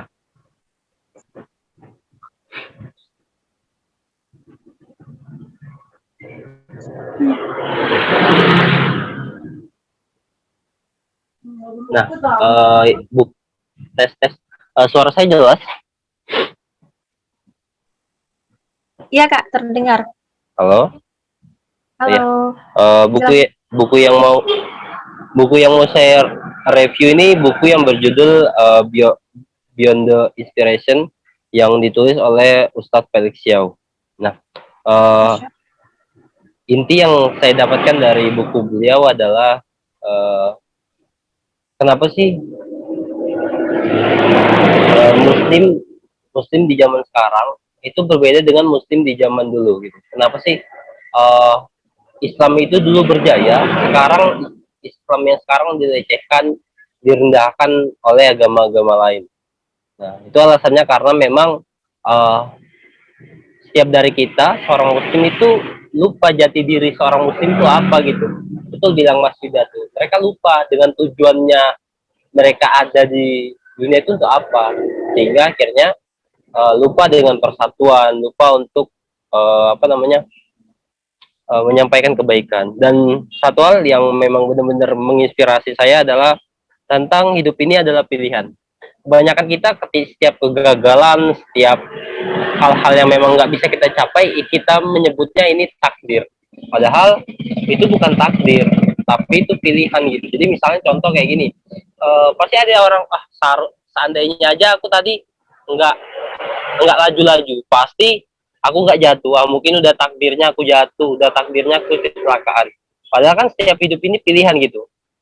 Pilihannya kita yang pilihannya kita sendiri yang ngambil, resikonya juga kita yang ngambil gitu. Karena setiap hidup kan memang pilihan gitu. Kalau kita nggak mau memilih, ya siap-siap kita jadi pilihan tersebut gitu. Mau nggak mau, kita harus menerima segala resikonya. Jadi contoh, kita hari ini adalah bentuk dari pilihan kita di masa lalu, dan kita di masa depan adalah pilihan kita di masa lalu. Jadi kalau ada orang yang berhasil, misalnya dia berhasil konsisten dalam hal menguasai bidangnya, jangan bilang ini takdir. Mungkin dia udah, mungkin itu takdir untuk dia karena dia berhasil menguasai hal itu. Bukan, tapi itu karena pilihan dia sendiri. Pilihannya dia mampu, dan dia dia mampu untuk konsisten setiap harinya gitu. Jadi ketika ada orang yang mungkin misalnya dia orangnya dulu nakal, buruk, terus tiba-tiba dia bisa berhasil, kita bilang dia itu takdir? Bukan, tapi itu pilihan dia gitu, pilihan dia untuk berubah dari yang dulu-dulu. Jadi setiap kegagalan kita, setiap keberhasilan kita tuh adalah pilihan kita gitu. Jadi nggak ada istilah takdir, karena takdir tuh setahu saya ada dua aja sih. Takdir itu yang pertama kelahiran, kita nggak bisa menentukan kita mau dilahirkan di keluarga mana. Terus yang kedua kematian, kita nggak bisa menentukan kapan kita akan meninggal gitu. Dan kalau jodoh kan itu kita nggak tahu siapa, tapi kita bisa memilih. Kita mau memilih menikah dengan orang yang yang soleh atau orang yang segala macam, itu kan pilihan dari kita sendiri gitu. Itu sih dari saya. Jadi setiap pilihan yang kita ambil hari ini itu resikonya ada, selalu ada. Jadi nggak ada istilah takdir. Takdir hanya dua kalau menurut saya. Itu sih dari buku yang saya baca tentang hidup adalah pilihan. Sekian dari saya kembalikan lagi ke moderator. Masya Allah, luar biasa Kak, terima kasih. Terima kasih kepada Kak atas review bukunya yang sangat menarik. Mungkin nanti kita bisa beli di Tokopedia nanti di Shopee. Dan kalau Mas sudah hadir bersama kita kembali, mungkin nanti teman-teman ini udah ada yang siap bertanya tidak nih?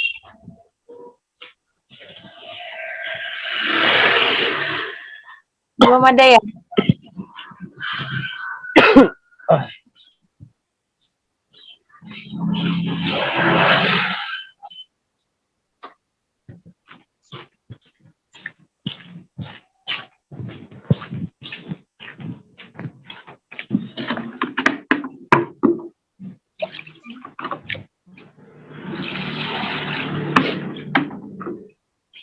Oh, ini ada review buku dari Kakak.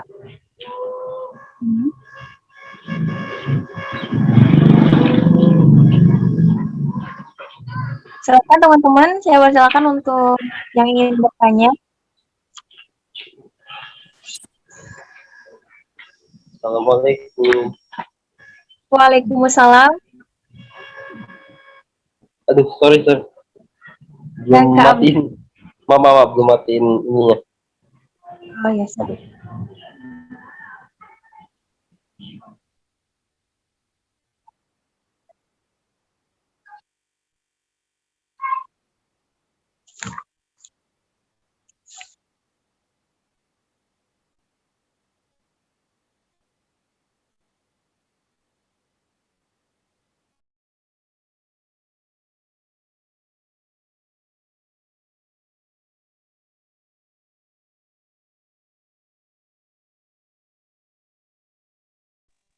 Buku Bersedih Bukan Solusi ini mungkin mirip-mirip kayak Latahzannya ayat Al-Qarni kayaknya. Kalau saya lihat dari reviewnya, mohon maaf menanggapi ya. Kalau reviewnya Kak Afni. Hmm. Iya. Mungkin kalau ada yang pernah baca juga buku Latahzan karyanya Syekh Dr. Ait Al-Qarni itu, Ait Al-Qarni ya. Mirip-mirip juga kalau saya baca sekilas ini bahwa memang kita, ya kalau bahasa keren sekarang kan ada self harassment ya. Kita kayak mengutuk diri, menyakiti diri, ya, berlarut-larut dalam Sedihan. apa? Ya, berlarut-larut dalam kesulitan, dalam ratapan ya. Kita tuh kayak nggak bisa ini, nggak bisa itu segala macam. Sebenarnya nggak boleh juga begitu. Ya, boleh kita mengevaluasi, tapi jangan sampai kita kelewat batas sampai-sampai kita ujungnya itu ya menyalahkan takdir, menyalahkan Allah. Ya, meskipun mungkin tidak mengarah ke sana, tidak sampai ke situ, tapi mengarah ke situ bahaya juga. Ya, mirip ini. Ya, kita dimotivasi, dinasihati supaya ya jangan bersedih berlebihan ya. Sedih boleh, tapi jangan berlebihan ya. Kalau ini kan bersedih bukan solusi ya. Memang untuk bersedih itu adalah, kalau menurut saya ya, bersedih itu respon dari kita terhadap masalah yang kita hadapi. Ya, ketika ada masalah, responnya sedih. Bukan solusinya sedih ya. Solusinya apa? Solusinya mungkin bersabar ya. Habis itu kita berjuang lagi ya. Kalau misalnya kita ada masalah, ya mohon maaf, misalnya ada keluarga yang meninggal, responnya sedih, tapi solusinya bukan sedih, solusinya kita bersabar, kemudian menerima itu dengan lapang dada, dan ya kita berusaha bertanggung jawab dengan apa yang kita kalau keluarga kita bertanggung jawab dengan apa yang telah dia tinggalkan. Misalnya dia meninggalkan warisan, ya kita bertanggung jawab untuk menggunakan itu sebaik mungkin. Dia meninggalkan hutang, kita bertanggung jawab untuk membantu melunasinya. Dia meninggalkan perusahaan atau apa lain-lain, kita bertanggung jawab untuk melanjutkan itu. Itu solusinya. Jadi kalau sedih memang bukan solusi, itu respon. Ya, wajar. Ya. Wajar sekali kita sedih. Tadi sekilas tadi saya dengar bahas-bahas nikah. Kenapa Kak Abdi? Kayaknya sudah masa-masa penjajakan kah? Bukan penjajahan ya. Penjajakan.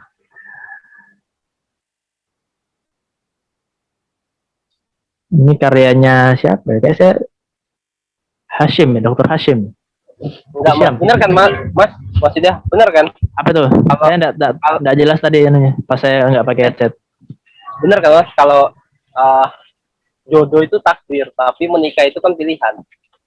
Mau nikah umur berapa, terus mau nikah sama siapa, itu kan pilihan, benar kan Mas? Ya, saya setuju enggak setuju ya.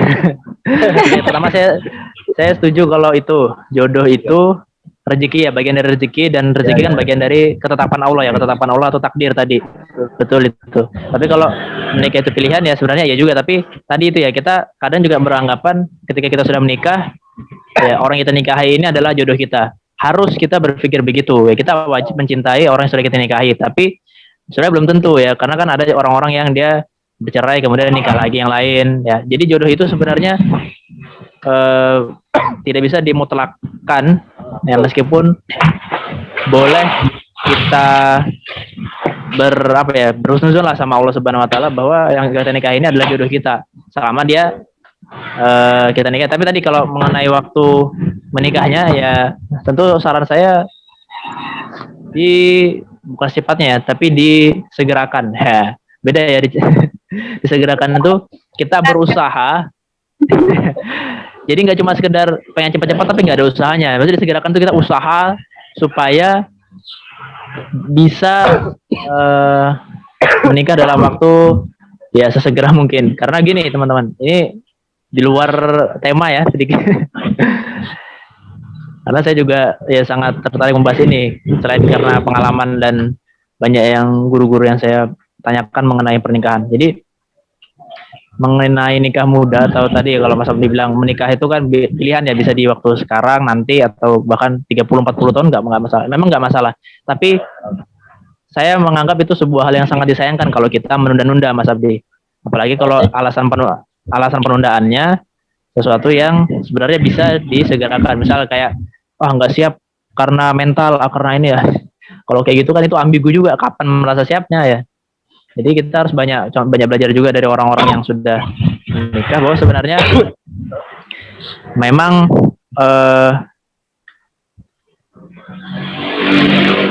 waktu menikah ya, waktu yang tepat untuk menikah itu adalah ketika kita sudah mampu untuk berpikir lebih dewasa dan mampu menafkahi diri dan lebih sedikit gitu ya untuk kita nafkahi orang lain. Tidak harus sudah punya rumah, mobil dan segala macam, meskipun itu penting juga, tapi bukan syarat utama gitu ya. Jangan sampai nanti kan sekarang apalagi kalau orang-orang Makassar ya, Sulawesi itu kan banyak panai-panainya itu. Suatu zaman itu kalau dia mempersulit nikah, efeknya zina yang dipermudah ya. Jadi jalan tembus untuk menikah ya lewat zina. Dihamilin dulu, ntar mau kan akan dinikahi kalau seperti ini, bahaya juga. Nauzubillah.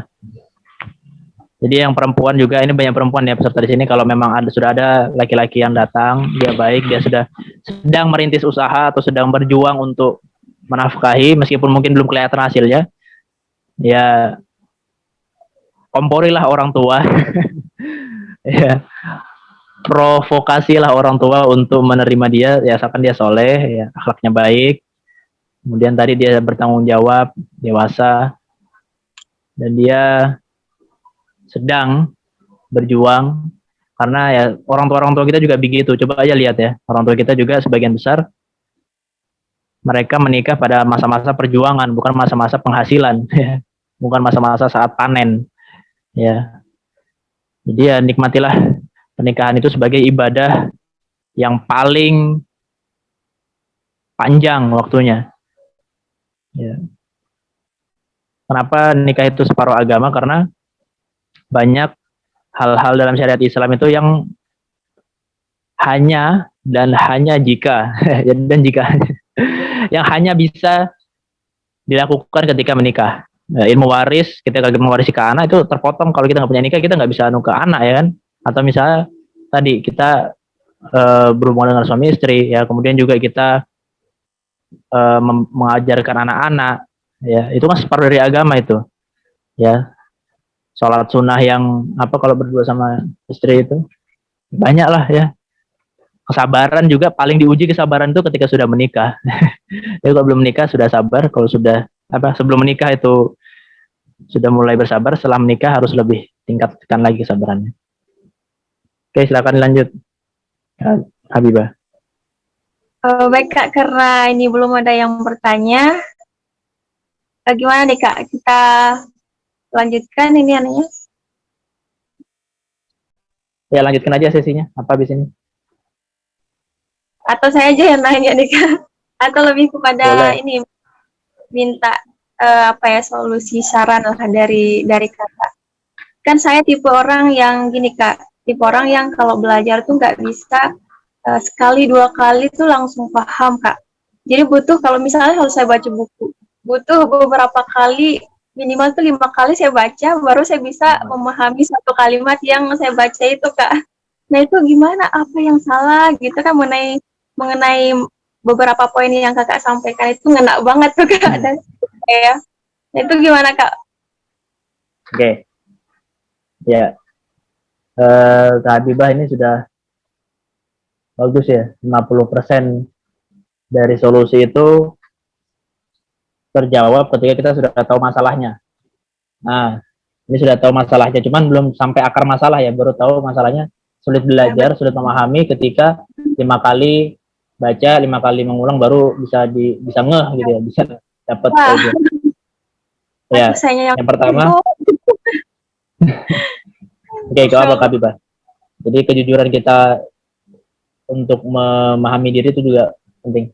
Nah, itu dulu Kak, menurut saya coba ditelusuri lagi apakah memang selama Kakak belajar itu banyak gangguan atau tidak fokus sehingga menyulitkan untuk belajar, atau ya misal dari nutrisi. Nah, dari segi makanan atau minuman mungkin ada beberapa, belum sekarang kan makanan macam-macam. Mungkin Kak Habibah lebih banyak mengkonsumsi makanan minuman yang bahan pengawetnya atau lebih banyak, itu juga mempengaruhi Kak. Itu memang nggak saya bahas tadi karena tadi lebih ke cara belajar ya, bukan ke solusi atau permasalahan dalam pembelajaran kita gitu ya. Mungkin nanti bisa juga ada sesi khusus tentang itu. Tapi kalau dari Kak Habibah coba di ini lagi, akar masalahnya apa? Apakah memang tadi susah fokus atau nutrisinya yang Mungkin menurut saya Kak Ibu terlalu banyak yang tadi yang berpengawet dan tidak bagus untuk kesehatan, ya, atau bisa juga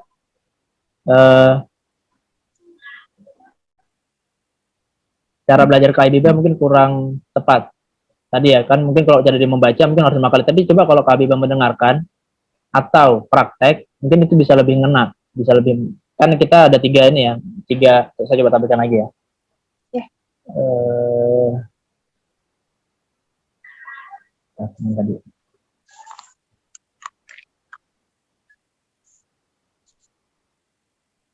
Nah ini, ya sehingga jadi pacar ya. Variasi cara belajar. Ya, memang perlu diselang-selingi, Kak Habibah. Kalau mendengarkan kira-kira Kak Habibah lebih maksimal hasilnya atau sama aja? Sepertinya kalau mendengarkan agak lebih baik sih daripada baca buku. Oke, berarti tipenya Kak Habibah lebih ke audio. Iya. Gak apa-apa Kak, jadi kayak gitu. Agak sulitan. Harus dibaca Ya. ulang-ulang. Sekarang ini kan ya, alhamdulillah ya, di zaman digital ini bahkan sudah ada audiobook. Tahu ya audiobook ya? Buku yang dibacakan tapi dengan intonasi yang pas, terus dengan penghayatan, jadi kita itu mendengarkannya itu enak gitu nah. Sudah ada tuh yang kayak gitu audiobook itu. Bahkan kalau mau di apa, Kak Habibah tertarik menggeluti itu bisa jadi apa, mata pencarian gitu ya. Kita ada buku terus Kak Habibah mempelajari cara teknik-teknik membaca yang baik gitu. Artinya dibacakan buku itu dengan intonasi yang tepat, nadanya yang bagus ya. Jadi kalau kita dengerin itu asik, tidak ngantuk tapi dapat poinnya. Nah, berarti sudah didapat ya bahwa Kak Habibah ini lebih cenderung audio gitu ya. Ininya belajarnya. Dioptimalkan aja di situ Kak. Jadi belajarnya membacanya, saran saya Kak Habibah pertama tadi ya. Saya yang pertama lebih banyak mendengarkan, lebih banyak diskusi ya. Biasanya orang yang suka mendengarkan dia harus akan tertarik untuk diskusi ya. Jadi lebih banyak diskusi, bertanya ya. Dan gimana kalau ternyata materinya ini materi-materi yang berat atau tidak ada orang yang paham, tidak ada orang yang bisa ditanya gitu. Ya bisa cari di internet ya, cari di YouTube dan sebagainya. Kemudian membacanya gimana? Ada buku ini apa sih judulnya saya lupa itu. Intinya dia begini Kak, bahwa kita kalau membaca itu kan memang tidak hanya melibatkan mata ya. Memang mata itu menjadi jalur masuknya informasi itu lewat mata, tapi yang mengolah itu kan ya otak dan hati. Jadi saran saya kalau misalnya Kak Habibah juga mau mengoptimalkan membacanya ya harus dimulai dari membaca yang Kak Habibah sukai dulu, bukan dari yang dibutuhkan ya. Dimulai dari yang disukai dulu. Jadi kalau sudah terbiasa dengan membaca yang enaknya ternyata membaca itu ya, kayak membaca novel tentang, biasa kalau perempuan tentang apa, romance gitu atau kalau saya itu sangat sarankan kalau novel ya cita-cita itu ini ya tentang kamunya Terelie itu bagus. Banyak sih novel-novel Bang Tere yang bagus ya hampir semua. Tapi kalau saya yang untuk membuat kita lebih tertarik baca gitu ya, tentang kamu. Kemudian juga di situ ada nilai perjuangannya, di situ ada nilai-nilai persahabatan, nilai keluarga, di situ ngena banget loh tentang kamu. Sama tadi itu juga ayat cinta itu bagus Kak dibaca. Saya baru baca sekilas itu. Sama ini misalnya Anwar Fuadi, Anwar Fuadi ya. Yang Negeri 5 Menara, Rantau 3 Warna, terakhir itu Negeri 5 Menara, Ranah 3 Warna, Rantau 1 Muara, kalau nggak salah itu ya. Pokoknya dia ada trilogi itu. Nah itu sangat recommended untuk membuat kita tertarik dengan dunia literasi, tapi dengan membaca ya. Itu sih Kak, sedikit. Maaf kepanjangan. Baik Kak, terima kasih banyak Kak atas waktunya dan pemaparannya juga yang telah diberikan kepada kita semua ya. Semoga apa yang di-share oleh Kak Septian Yuda bermanfaat untuk memperbaiki cara belajar kita setiap harinya. Dan terima kasih juga karena kita ini sudah berada di akhir acara ya Kak ya. Terima kasih saya ucapkan kepada teman-teman peserta yang alhamdulillah mengikuti kegiatan kita sampai akhir. Kalau boleh saya simpulkan Kak ya, emang penting ya kan teman-teman kita punya teknik dan pertama niat dulu kalau kita belajar. Apa niat kita belajar? Innamal a'malu binniyat kan teman-teman ya? Ya. Dan juga tekniknya Pomodoro ya Kak ya? Sering kebalik ya punya Pomodoro. Ada teknik Pomodoro yang mungkin bisa nanti kita coba ya, yang ini efektif untuk kita coba nantinya untuk belajar. Dan beberapa tips juga yang sangat bermanfaat juga yang tadi disampaikan oleh Kak Septian Yuda. Sekali lagi terima kasih Abang Da Septian, semoga sehat selalu ya, semoga kita bisa bertemu kembali di sesi-sesi berikutnya. Dan saya Habibah, saya kembalikan kepada MC. Assalamualaikum warahmatullahi wabarakatuh. Waalaikumsalam warahmatullahi wabarakatuh. Baik, terima kasih saya ucapkan kepada Kak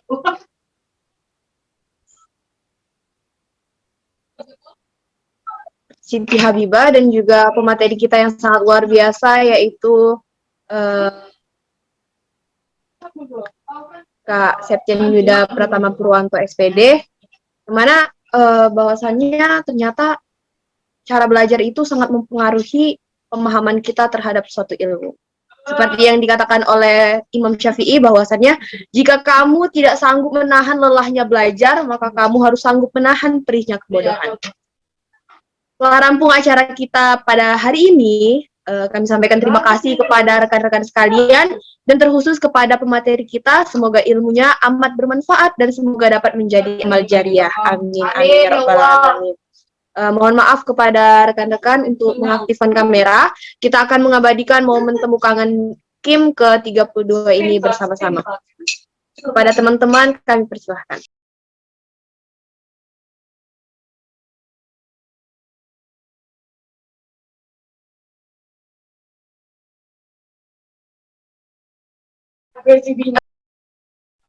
Baik teman-teman, bisa sambil membawa buku bacaannya. Siapa yang foto ini? Ada petugasnya Kak, kepada petugas yang bertugas untuk sebentar saya ambil buku ya. mengambil dokumentasi hari ini. Mungkin kepada siapa kira-kira nih yang pakai laptop teman-teman?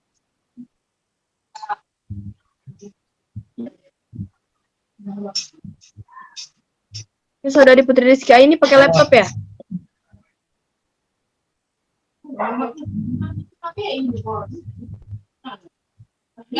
Saya pakai laptop.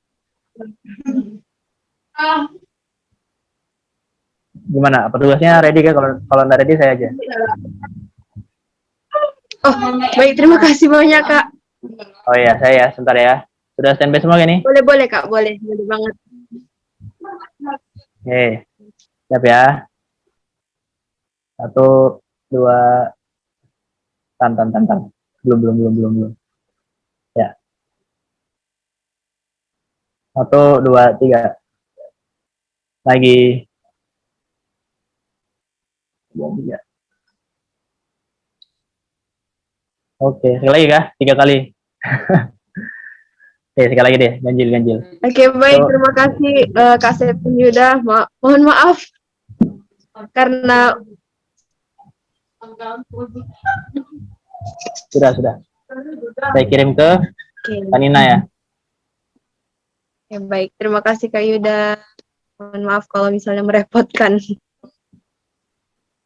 Baik, mungkin kita tutup saja ya acara temu kangen kita pada hari ini. Semoga ilmu ini bermanfaat di kehidupan kita. Kita tutup dengan mengucapkan lafaz hamdalah. Alhamdulillahirabbil alamin. Saya selaku MC mewakili panitia mohon maaf apabila ada salah kata atau banyaknya kekurangan di sana sini. Allahumma muwaffiq ila aqwamit thoriq. Wassalamualaikum warahmatullahi wabarakatuh. Terima kasih semuanya yang telah datang dan selamat untuk menjalankan aktivitas seperti biasanya. Ya. Terima kasih banyak Kak Yuda. Mohon maaf ya Kak kalau misalnya ada kekurangan dari penyampaian atau di moderator kami. Saya kirim ke siapa kabarnya? Ke Kak Nina boleh Kak? Oh sudah, saya kirim ke Nina. Oke, baik. Terima kasih banyak Kak.